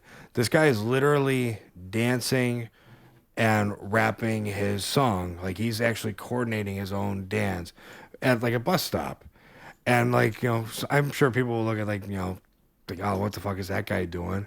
But man, it literally sometimes, like, get into your own space, get into your own zone. Because I mean, like when I looked at that, I was like, damn, that's impressive that you're actually trying to like, you're even messing up in public and you're still going with it. You're still like, you know, getting your footing right, getting your flow correct, and then just like shake that one off, go again. Yeah. And it's like, for any there's new, nothing to lose. Yeah, there's nothing to lose. And especially when you're trying to find your sound or find, you know, what you're trying to do, you know, it's never easy to, you know, find your comfort zone. Like, because I mean, like, there's so many moments I'm like, oh, maybe I can just do it at my house. But then you look at other things and go, I got to clean that. Or I got to, you know, Yeah. Or like, oh, look at that pile of stuff I had to look through. So you kind of like get distracted. Yeah, you're right. Yeah. But when you're more comfortable, it's easier to do that too. Yeah. Find- And I often find my favorite stuff or the stuff that performs the best was me outside of my comfort zone or the stuff where I at least feel like it's special. I used to do this a lot more and I could do it, but I shouldn't because it's just, I learned especially like on TikTok, it fucked me over. Is if I do metal vocals, it performs really well. Like it does great. Oh, it does well. I'm good at it. Why did you regret it? Because I'm not a metal vocalist. And so I have people like my videos and subscribe to me and they're expecting more of that. And I think it actually is counterintuitive. Well, believe me, man, like the metal scene is like the most like accepting music genre. Like everybody is more keen to be like, oh, we got to keep the genre alive. Okay. Like we need more people that are, you know, hey, if you're going up there and you're being humble, doing what you're doing, but you should be humble in anything that you're trying to do, they're going to support the hell out of that. Yeah. Like if you act like your shit doesn't stink, well, then that's when you're going to stand in line with your girlfriend's sister's boyfriend. Yeah. You know, like you're being delusional and fucking lying. Ooh. Oh, look at that. Look at that. Thanks for reminding us. Thanks, Siri. But yeah, no. And I think that people, there's a lot more crossover than you would expect with all those things, you know.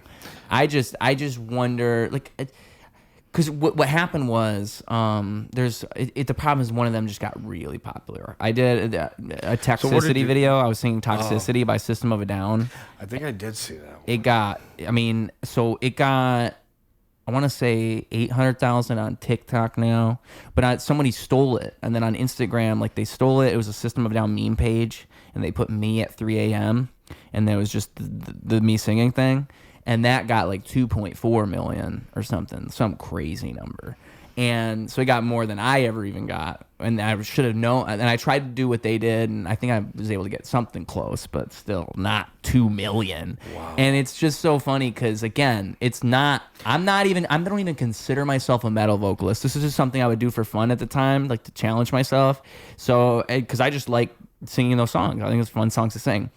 And once again, how many of those people are real? Oh, these people were real. They were mean to me. Right. They bullied me. I'm sure. There are a lot of hate comments. Yeah. That's what's so funny. So is that there's goes right against what I just said. There will be just as many people. What's that? It goes right against what I just said. There were just as many assholes. There were just as many people calling me like saying I was bad as the amount of people that was saying it was great. Like it kind of proved to me like there's no real right answer. And it actually made me think too, like, I think I did it right because I think the way that I'm singing wrong, but Serge was singing wrong when he did it back in the day, and that's why he can't sing like that anymore. Because there's a certain how does the beginning of Toxicity start? The chorus, the hook.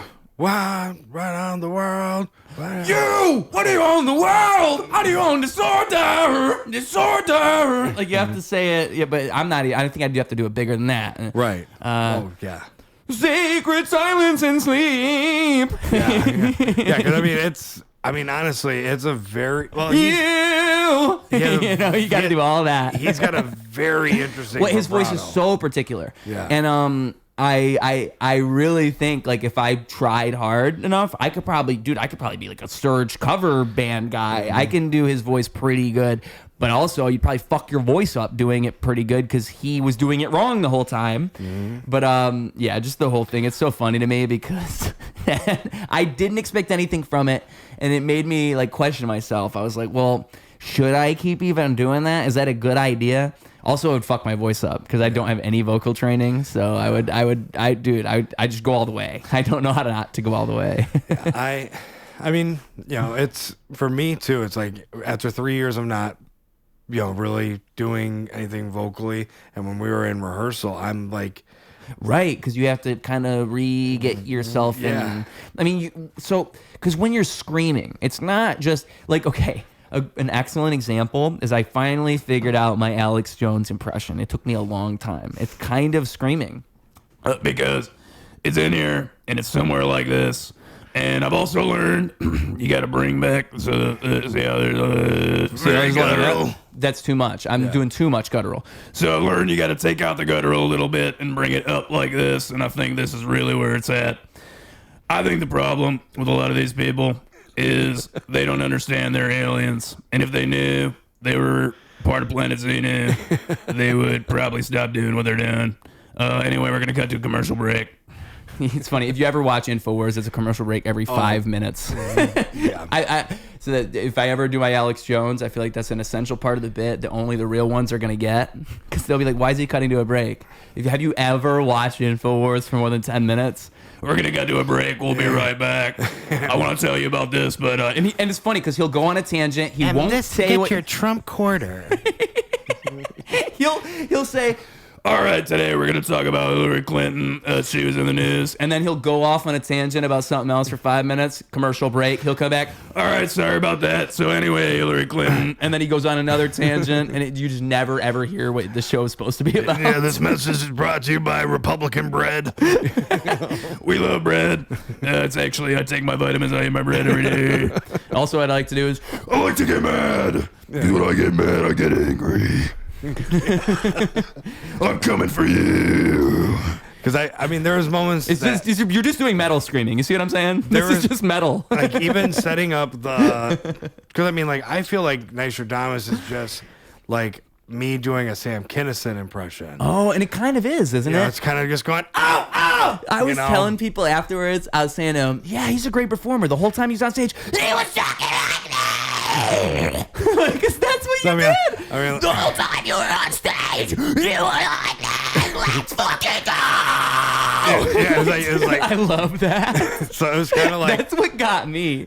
I was like, oh, okay, he's in this. It's kind of like it's Sam Kinison ranting about his ex-wife. You just made me realize I might be able to do Kinison. I think that's you gotta go ow ow because that's what you do, and I was doing you, and you're doing Kinison. Yeah, I'm doing Kinison. Yeah. I didn't realize that's what you were doing. So at that, ow ow ow ow. Yeah. Oh yeah, you gotta ow. Oh, see the O is hard because you gotta. Yeah, you're good, man. That's good. And how did Kinison not fuck his voice up every night? Well, he didn't live that long. Because I think he was doing it wrong. I'm pretty sure he was just throwing his voice out. If he was alive today, he would be. Am I right? Well, making him like Yiddish, but. How are people starving? Oi! Of course they're starving in Africa. Of course they are. Yeah. Where's the food? Yeah. Oh my god. The food's not there. It would be painful. He just turns into Gilbert Gottfried. The food's not there. Like to think of like a comedian that's like what they were at their youth and what they'd be right now. It would be so painful to see. Imagine he turns out like RFK Jr. Yeah. Oh my god. You're going to get sand. You're going to get sand. Oh, you're going to eat his sand. Oh. It's so funny because that is like you got to imagine some of them. You're kind of glad that it ended when it did. I was thinking about this the other day. You got what you wanted. I was thinking about this, and I don't know if this is true, but I just thought about it. I was thinking because Michael Jackson, right before he passed away, he was starting to like come out against the industry, come out against all this, and it makes me think like I wonder if they didn't take him out. Would he have ended up like Kanye? Would he have ended up like coming out against the industry and everybody's like, oh, Michael's off his rocker again. Look at it. Because he was starting to more and more. He would come out and it would almost seem like paranoid. He would come out and he was just too famous. Oh my God. I mean, it makes me wonder, would he just end up like, how would have Michael Jackson played out? He was in everything. He kind of ended at the perfect time. and he was in everything. Everything as a parody, everything as a joke in Mad TV. Like they had almost reoccurring things of it. I mean, if you were trying to argue he's the most famous person of all time, you might be able to. He might have been the most famous person of all time. Maybe. At least honestly, yeah. Could just be I'd say he's bigger than the Beatles. Yeah. Oh, I would say so. And I mean, you can just record sales. You can't even deny it. I mean, he bought the fucking Beatles. He was. That's what's crazy, right? He's such a celebrity that he bought the Beatles' music. So that tells you a lot about him. And like I remember when he died, I was literally in a in a Longhorn Steakhouse watching him be helicoptered, from Neverland to be sent to a hospital. Yeah, because it was on the news right away. It was nonstop. It was like they were following it, and he was Michael Jackson. Like, and it's such a toss up of like what was like, is this true? Is this fake? Or and he was a fucking icon. Yeah. Like, I mean, his dance moves alone. And like, I mean, we wouldn't have a Corey Feldman if it wasn't for that. What a loss. I was like, I love Corey Feldman, but every time he comes up on my Instagram of like, I'm a comeback king. And it's like, okay, that's totally Michael Jackson, you asshole. Like, how are you doing this? And you're going like, I'm original. It's like, fucking prick. My favorite, I saw Corey Feldman on Harlan Williams' podcast. It's fantastic. That's like, it's just so good. It's so good. Because, I mean, Harlan Williams is the best. He's basically like as close as we're going to get to Norm now when it comes to like that type of comedy. And just seeing him talk to him, it's too good. I've watched him, even like, and it felt bad because you're watching the video. And this is also another thing when you're like, you got to support artists. You want to support people that are going through something. But then you watch him on that Good Morning America, and he's like, "Oh yeah, we're the Angels, Corey Feldman's Angels, and we're like here to prevent suicide and, being helpful to those people in need of mental illness." And then you just see him go, and he's fucking doing a ballerina dance, and he's doing a really bad Michael Jackson, and then he's like, "You put it on," it's like. All right, now I give up on you. Yeah, I mean, yeah, it's good because he believes in himself. I don't think that it's doing a lot for the industry or for the pop music. I don't think he's pushing the envelope. Yeah, I don't think so either. No. I think it goes to show, but though. Then it goes right back to follow your dreams. You can get on the TV. But then it goes right back to what we were saying earlier. Delusional. Yeah, right. And well, that's what I'm saying. Maybe your delusions can carry you far. For real, have you like worked with like delusional people? Well, not just like delusional people, but delusional performers. How so? Like meaning ones how? that like are that caliber. Like Corey Feldman thinks that he is absolutely the canned bread of fucking this industry. Yes. Yeah. There is someone who I will not say right now. I have mine too. So. But I will tell you who they are after we are done recording. Yes. I saw them perform, and I did not enjoy it. And I will say, I think you should be judgmental, but only in the sense that you have your own taste. Okay, and I hold myself to a high standard. So there are certain performances that I see that are bad. This one was particularly horrible. Okay, and so I did not enjoy it. And this is someone I know. And they come up to me afterwards, and this is after the next person is performing now. And I'm watching that person perform, and I'm enjoying it. And this person comes up to me, and they're like, like, what did you think? That went great, didn't it? I feel like I killed it. I feel like I owned this room for the last 10 minutes. And I didn't really give him anything. I just went, oh, yeah. Because I was trying to pay attention to the next person. Hey, at least you're... But it's like just the amount of delusion that goes into such a thing. It's wild to me. I also have a friend who's radically delusional, a coworker.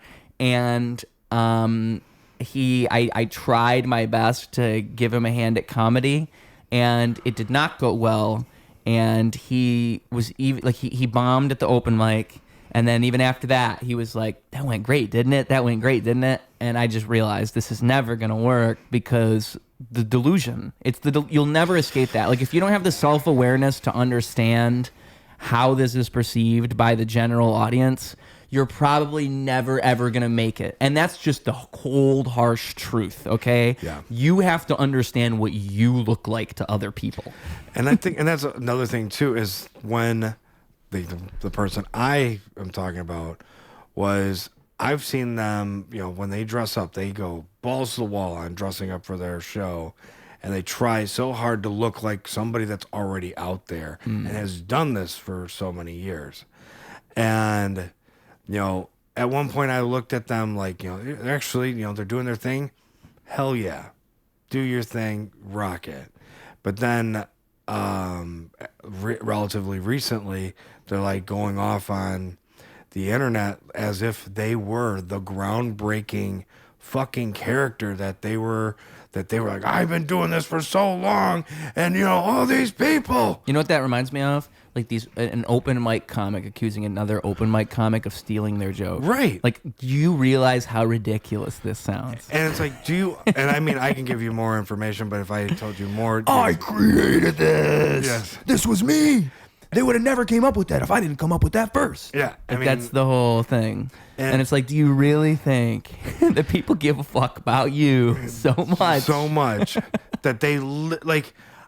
Okay, I had posters, OnlyFandles, and fucking CDs, and maybe a T-shirt. That's all I'm asking for. Like, for my fans to say, hey, can you purchase that and support that? I really appreciate, because anything else after that, you don't have to give a fuck about everything else about my life. Yeah. And also, like, I don't have to give a fuck all about your life too. Right. It's kind of like, I can care about you, but don't act like you're the biggest thing ever. Like, I just, because it's like, I hate people like that are not in the music industry or in any show business side. It's like, I don't want to be around a person that thinks that their shit doesn't stink. Me neither. And I think it's a red flag. huge red flag. Just because that indicates a lot. I mean, because people who have the most success or the most longevity, I suppose, like longevity in success, are the people who it's not really about them, and they know it's not about them, and that's the mentality they have, and they're just in it for a good time, and they want everyone else to have a good time too. Yeah, that's what it's about. It's about serving the audience that night and making sure everything goes good, and where are we going to go from here, and how are we going to keep this going and keep this show on the road? Like, what's this all about? Those are the people, but like, there's a whole lot of not that. Yeah, and because the metal scene, like, I've always felt like metalheads. Yeah, they're teddy bears. Deep down, they're teddy bears, but they want to be like, I look so scary on stage.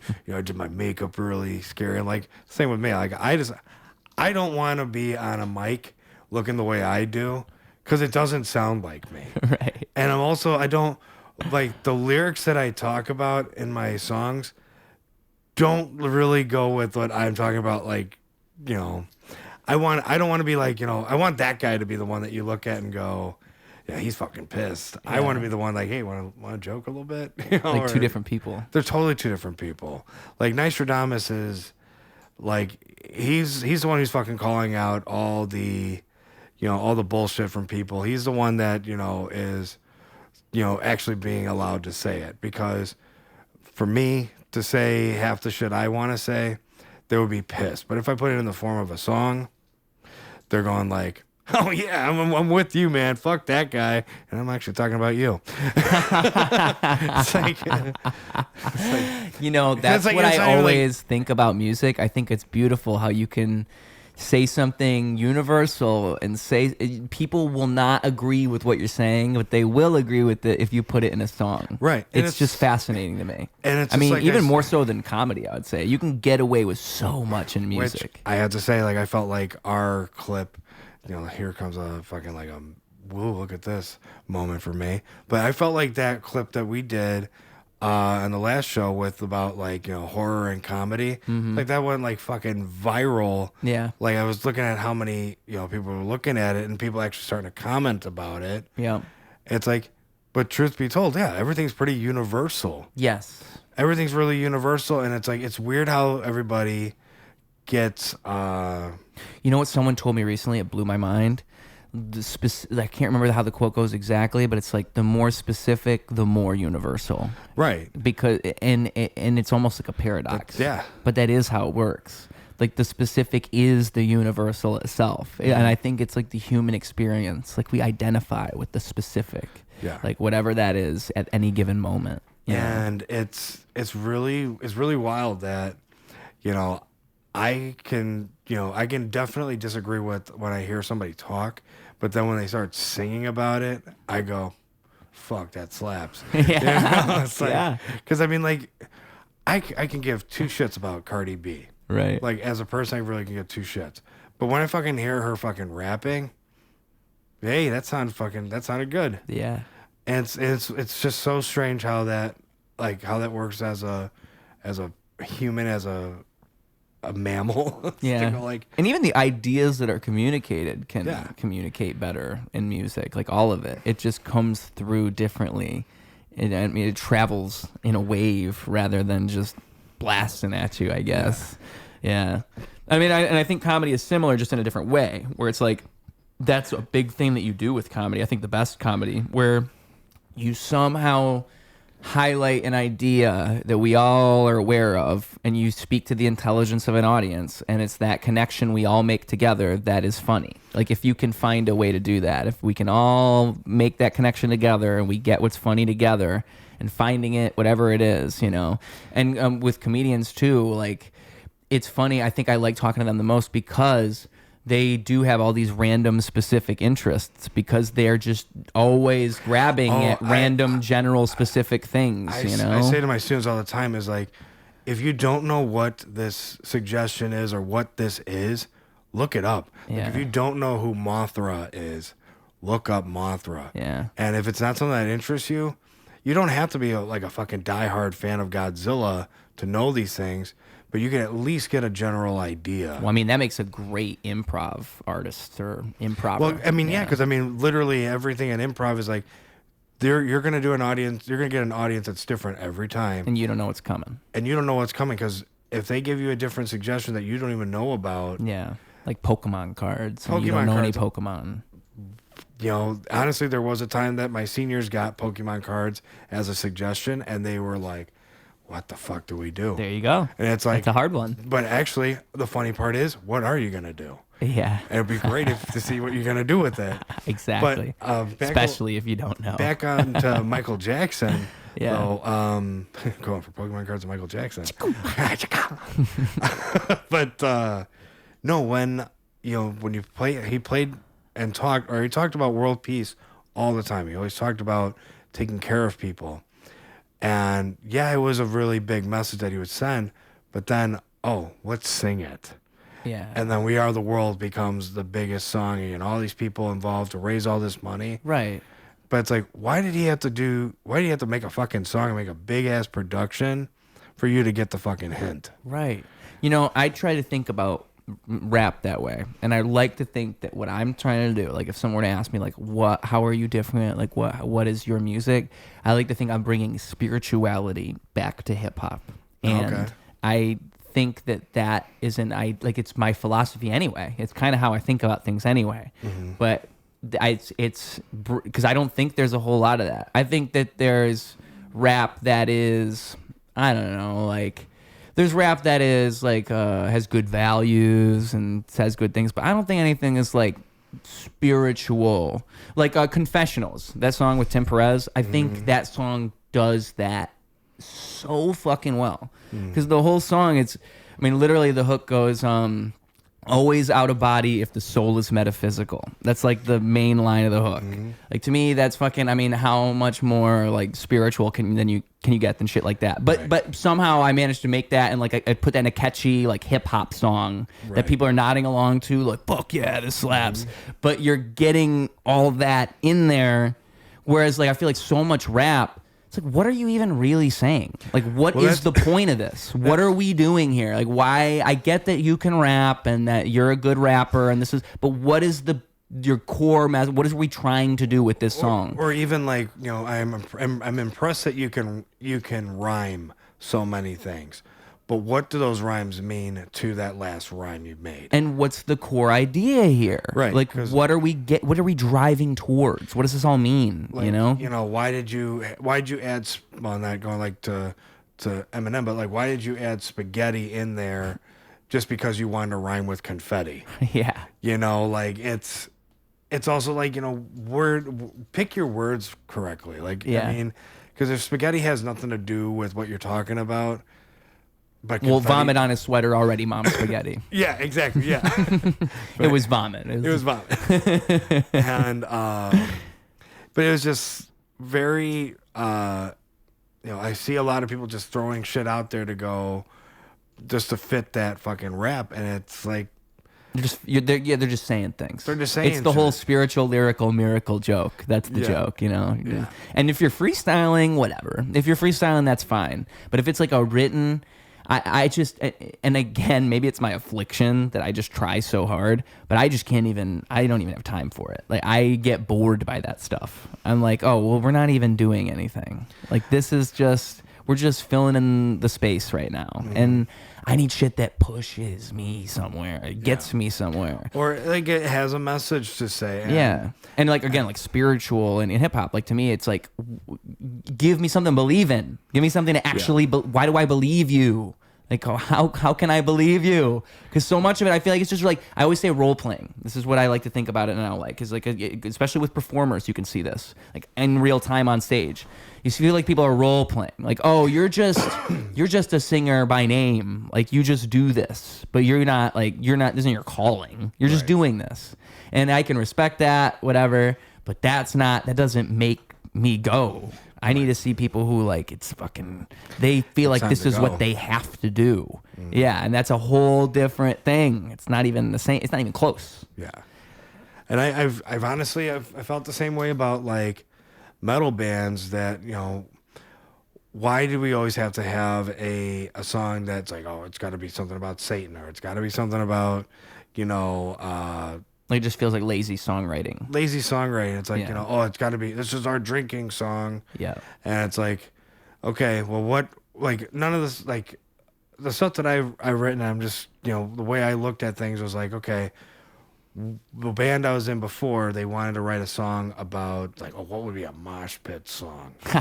And it's like, the song does sound like a mosh pit song, but then we're, like, talking back and forth, and this guy's telling me about, like, Mortal Kombat. And I'm like, what would be Mortal Kombat and moshing? What would that be? Get over here. Yeah, but it was like when fucking Scorpion uppercuts them and they fucking go right down to the hole. Yeah. And they fucking land on the spikes. A pit kind of looks like a hole, and they're fucking moshing. So I was like, okay, we're writing a song called The Hole. And it's just, and I'm just naming off every fatality from like the first 3 Mortal Kombat games. Was like, there one guy's getting crucified, one's getting burned at the stake, pulled until their bones break, and it was just on all fatalities out there. And then, I've always felt like, if you write a song, make it something that was real to you. Yeah. Which I thought was very funny because the songs that I was singing, I'm going like, these were always like overcoming bad situations. But then you're looking at what you're singing and you're going, I don't even have a drummer. I'm like, this is like kind of like, I'm making it. It's like, fuck. But then fake it till you make it, I suppose. Right, and then but then I'm like, but at least I have a song called My Life Sucks More Than Yours. So it's just like, it kind of evens itself out and goes like, hey, you didn't have it this time, but you fucking pushed through. So it's like, it's still like, even when times are shit, you can still persevere. Yeah. Don't fucking look at it as a dark corner. Pick yourself up. When I was in a band for a short period of time, because they were just like, it was right out of, it was around 2018. So I was out of high school a couple of years, and I think they were like just about to graduate, something like this. Can't fully remember. And they had lost their previous singer. They needed a new singer. It's called the Lemoncollies. And they had so they did like a little tryout. I come in, I try out. I'm the guy. So we recorded a couple songs like right off the bat that they had already written, and then we do a whole album. And some of that stuff is some of my best songwriting I think I've ever done. I really love it so much. Like those songs mean so much to me. I fucking love those songs. Like I listen to them now and I just I get into it because there's nothing like that. And I miss performing with a band. Oh my God, dude. Like I fucking loved that more than anything. And I miss it. And it's that whole thing where bands just kind of go different directions. And I think what was happening towards the end, what it really was, and it was really the drummer. He kind of had a problem. It's always the drummer. Why? Why is it? It's always his name was Ethan. Why is it Ethan's? Why is it Ethan's? Ethan's. What's up with that name? But anyway, so it was like, I remember at first he said something to me like, he had a problem with the way that I would dress a certain way on stage with them, and then I would dress differently by myself. And I remember I just said to him, well, I'm not going to change the way I dress for you guys. Like, you're crazy. Like, what are you talking about? Like, I dressed that way for a stage thing to serve the band. Right. And he's like, yeah, but it just comes off as, like, fake. And You know, I have no time for it. I've never, ever, ever accepted bullshit. So I just didn't even, I was like, what are you talking about? I was told the same kind of shit by a person that was wearing a purple tuxedo. Yeah. On stage. I mean, honestly, they kind of influenced my style throughout time because I kind of ended up doing what he said.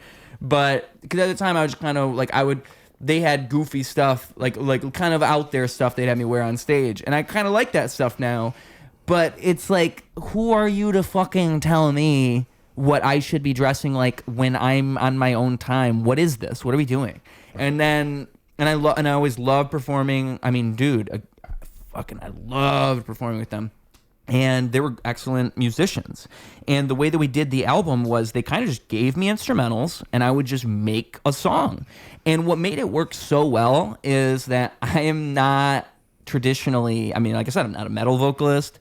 I don't really listen to the indie rock that they listen to because that's what they're into. Well, that's when indie the problem rock starts. Yeah.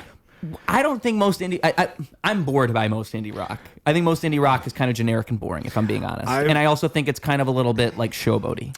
I've actually gotten into a little bit of indie rock, but to me, the ones that I've listened to that they say that they're indie, I'm like, you remind me of, like, you have a punk element to you, or this one has a little bit more of a folk influence. I'm like, folk is cool, but indie, like, I'm not into the fucking, like... I just feel like the songwriting is always so generic. It's generic, it's lazy, and it's always on a peach fucking colored Fender. Yes. Okay, so you got the picture, right? I fucking hate that. So. Now, I think the reason it worked is because I never was interested in any of that stuff, and they would just give me instrumentals, and then I would give them my interpretation of their instrumentals, which was entirely unique because it was not what they would have done at all. It was like, and it's not what anybody would have done because I don't even really listen to that music.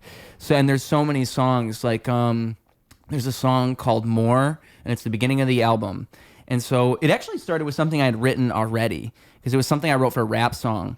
And I wonder if it's in my notes, like when I first wrote it. I'm pretty sure I know the words, but I would be interested to see.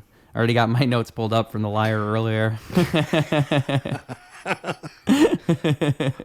That's funny. Yeah, George Clooney's my uncle. Oh, yeah, right here, 2017. Wow, I love that these are dated. So July 20th, 2017. So it goes, peacefully, please be with me. Never change like my mind. Never leave like my needs. I need to see she's in the scenery. I never wait on the time, but I breathe to the beat. Yeah. And every morning I can open to something. Where you going on your way to the door? overflowing with your greater assumptions.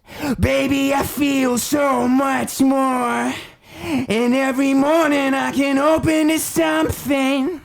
Where you going on your way to the door? Overflowing with your greater assumptions. Baby, I feel so much more. Dude, I fucking love those songs so much. And so... that sounded really good. And it's not indie rock at all. Oh, that's absolutely not. That was almost like more classic rock, what I was doing. It almost felt a little bit more like traditional rock, classic rock type of thing, rather than indie rock. Yeah. And there were some songs where I leaned even more towards like classic rock. There are also some songs where I leaned more towards like punk kind of, and I would do like rap kind of in the hook and things like this. And what would happen over time, because in my mind, it's so obvious. That's what made all this work. It's the fact that I wasn't really doing what they were doing, and it's that combination. But then over time, they started saying things, the drummer in particular, you'd lead this charge, saying, oh, maybe you should write it a little bit more like this. Maybe, and like my thing, never, ever tell me how to write a song. Never. I kind of just don't like when people tell me what to do, but don't tell me how to write a song. Because trust me, I know what I'm doing. Yeah. How have I not proven that to you by now? And like, so like with my guitarist Frank and Nystrodamus, like he literally was he's the best guitarist I've ever worked with on the sense that, you know, he doesn't need to be a fucking flashy ass fucking guitarist. He gets my voice. We get each other by going like, okay, that didn't flow well with this, so we're gonna change it up this way. And like I will start everything of my songs were always a cappella. And he was always the one that was able to go like, okay, you could start off with, you know, just doing half notes to kind of like build and build and build. So you had a process. Yeah, it was a little bit of a process, but then he goes, you know, we can go here now. We're kind of starting to layer. And that whole album, like, you know, even the scale was all layered by me starting out a cappella and him just listening and playing off of it. Instead of telling me like, you know, oh, can you change your lyrics? Oh, can you change your flow? No, we're going to go with this together. We're going to find out that this note works better than this note. And most of the times when I dealt with drummers, it's always like, you know, I wrote the song this way and they'll go, well, that song was, that was 6/18th time. It's like, what the fuck is 6/18th time? Like, I just played it and it sounded like a good riff. Because, I wrote a few songs on that album, guitar-wise, but it almost seems like you're overcomplicating shit by wanting it to be like, you know, more, it's like structuring it. You're making it seem like now it's no longer garage. Yeah. Like it's almost like you just handed it over to the machine to go, well, it's got to be polished and it needs to be like, you know, it can't have a little bit of a squeaky screw. That's why it's crazy. Even with metal music, the automation of drums, how that's become a thing. I hate because it just sounds bad. It just sounds like not just automation, but the quantizing of it, so that they're perfectly on beat. That's just not real, and that doesn't sound real. Even if you program in drums, find a way to make it sound fake. But even then, or fake meaning real, but even then, because too perfect is fake. But again, even then, you just want to get a studio drummer. What you want to do is get somebody to drum it for you and just have a drum track rather than programming in drums, because it's just to an audience or to anybody listening. Even if you're accepting it as real, somewhere in you, you know, that's just not, and it makes it not communicate. You lose some of that magic by doing that. Yeah, because that was the feeling of that last show. It was like we played to our drummers' drum tracks that were on that album, and it was different than how we've been playing it for the last, those last years. Close as it gets. But it was the closest to get to it, and hey, we didn't have a drummer, but. That's honestly an interesting way to do it, because you had the isolated drum tracks. We already had the isolated drum tracks, so we played it that way, and that's why we put... I actually thought you had recorded something new. You just went with what you already had. We already had That's perfect. So that was why that counter was in there, because it was like when we were in the studio. And it limits... The only thing that would do is, now we're all in the drummer's time. Yeah, and it was like... literally what we were saying the whole time. It's like, he's not even here and he's fucking making it. We just fucking play it the way he wants to play it. So fucking funny. goddamn prima donna. You know? He's there in spirit. Yeah, he's here. He's got we have a wig on him that had bangs, and we're like, yeah, he always wanted bangs. So. Oh, that was him back there. Yeah, he was the balloon in there. That's so funny. I didn't realize it was in honor of, it was in memoriam.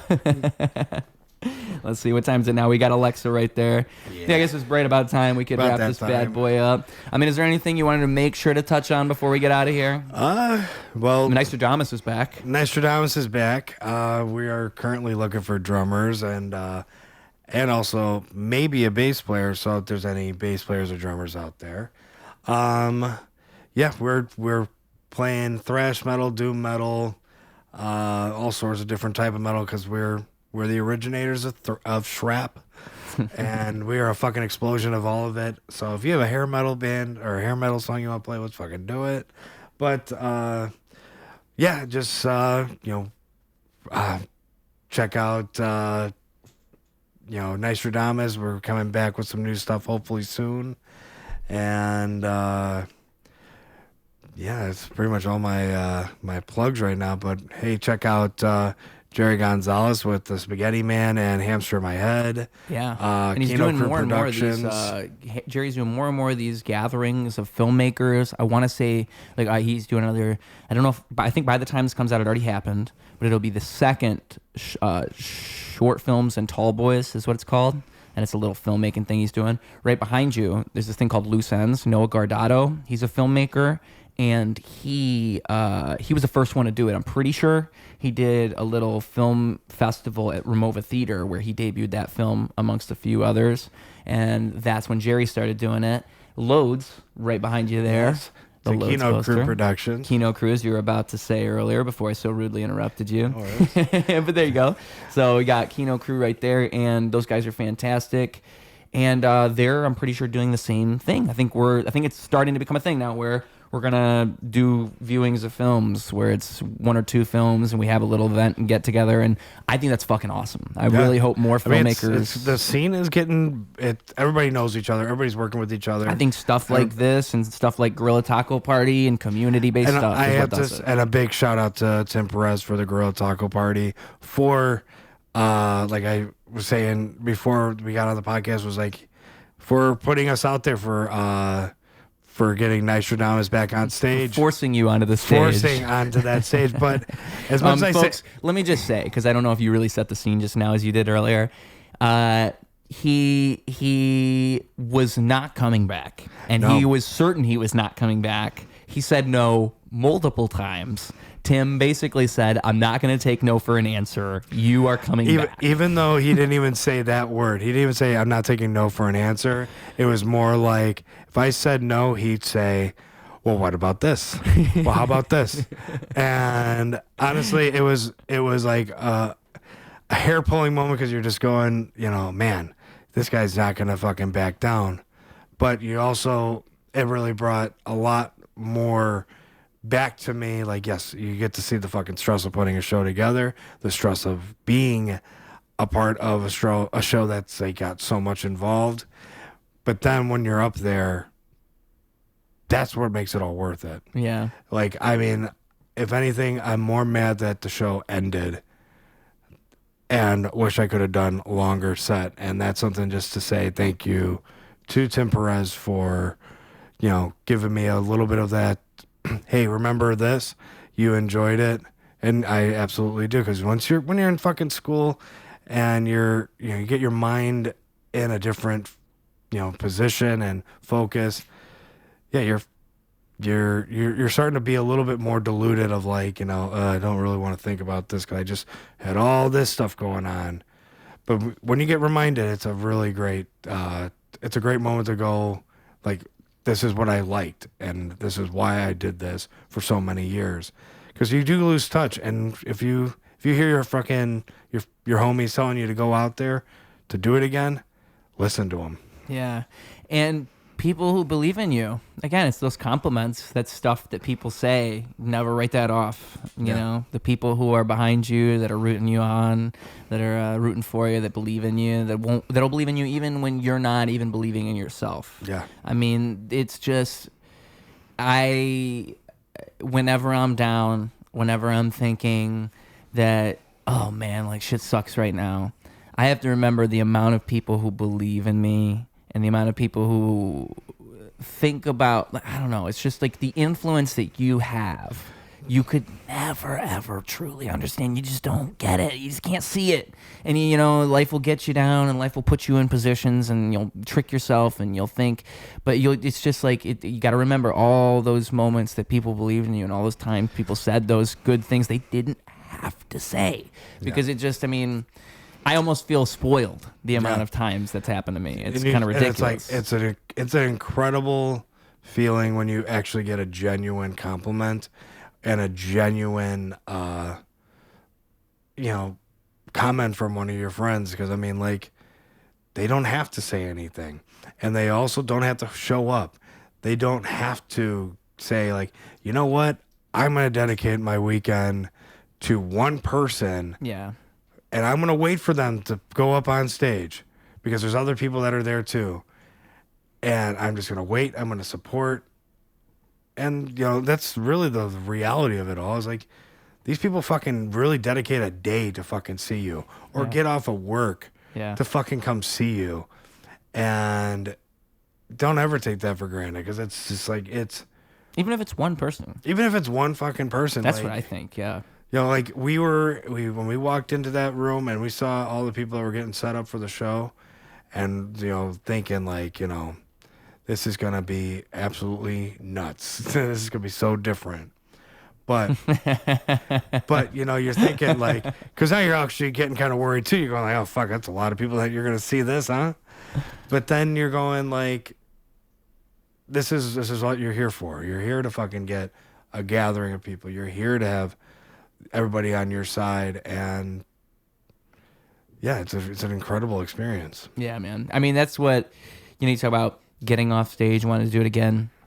I mean, I'm always, every time, you know, just always on to the next thing in my mind. I'm always thinking like, okay, so what's the next big show then? Like, what's the next, how do we do this again? How do we do this bigger but better? How do we do it again?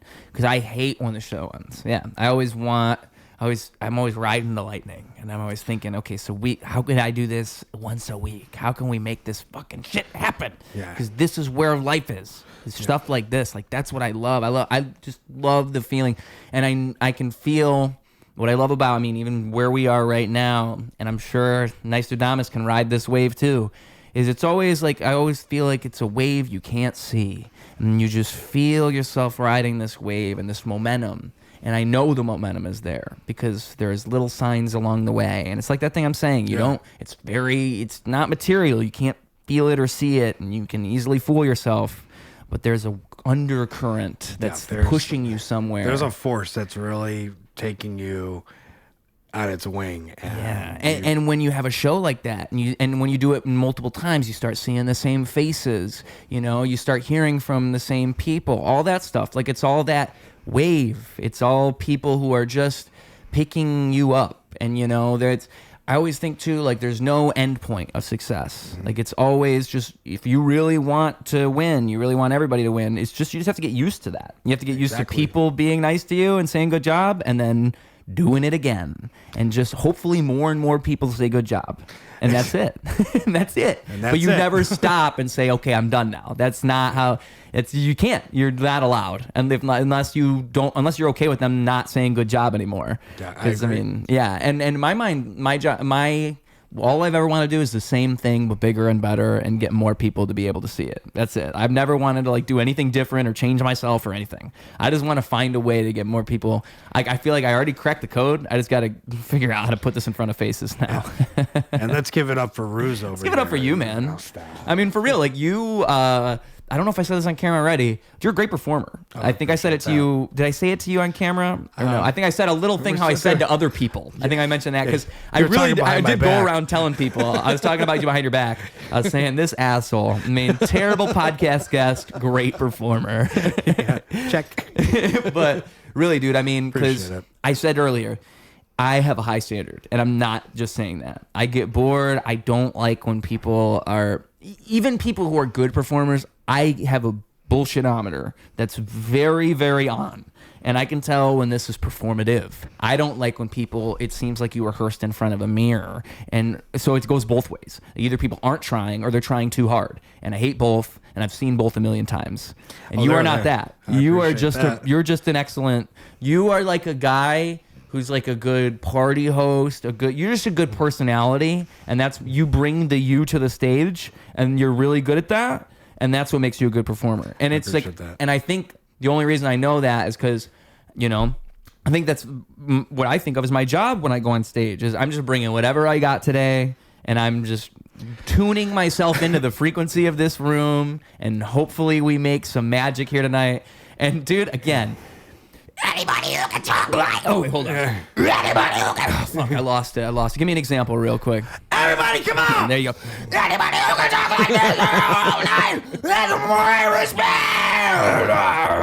Yeah, you got my respect. You know, you can keep that up for a whole... I mean, apparently you need a whole 50 minutes. You need an hour. That's how these bands go, I guess. So, I mean, fuck, you're doing that for that long? I bow down and praise you, sir. I bow down and praise you. I could do it for 5 minutes, and then I think I'm good. I think I'll sit down. Same. Yeah, really. Like, I've even learned, like, I got to be careful when I perform because I like to go big. And I go too big, you know? I'll go extra big. Don't be scared of it. Do it more. You say that, but then I walk away like RFK Jr.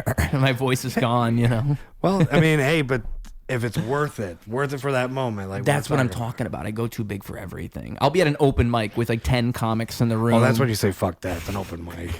And I'm just going all the way. I'm doing backflips. I'm screaming. I'm chugging Mountain Dew. It's like, dude, like, there's no one here. Okay, so this show ends with two things. The advice for the children, and you already pretty much, I mean, the social medias, da-da-da-da-da. We pretty much already talked about the band and all that, but just where they can find you on the internet if they're looking for you. And then the show's for the kids, 3 to 5 year olds. That's my core audience. So make sure you give them a nugget of knowledge, okay? Because we are wise, young, old gentlemen. Yes. You can find Nystrodamus on Instagram and Facebook.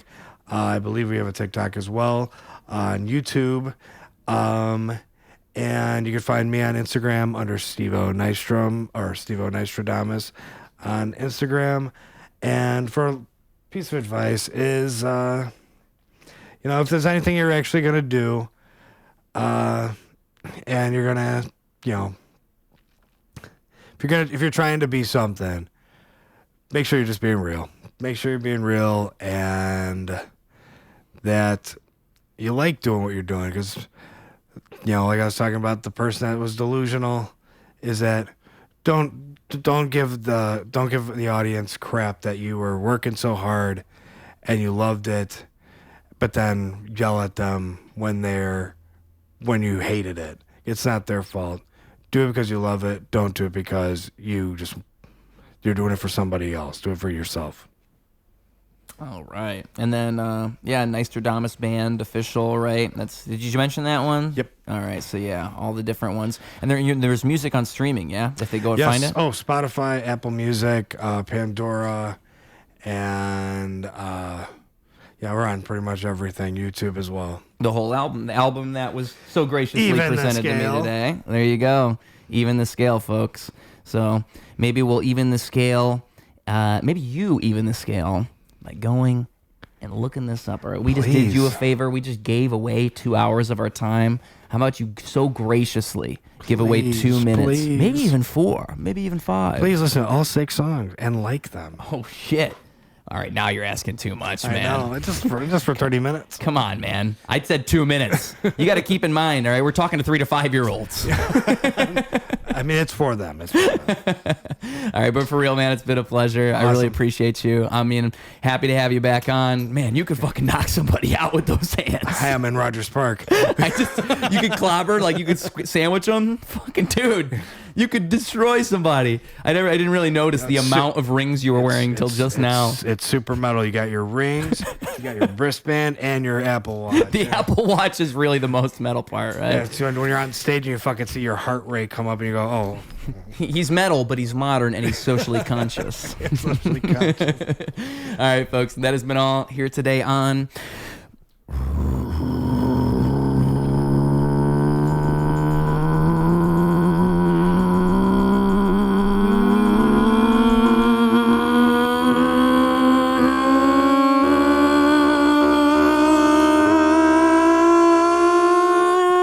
Ruse Radio.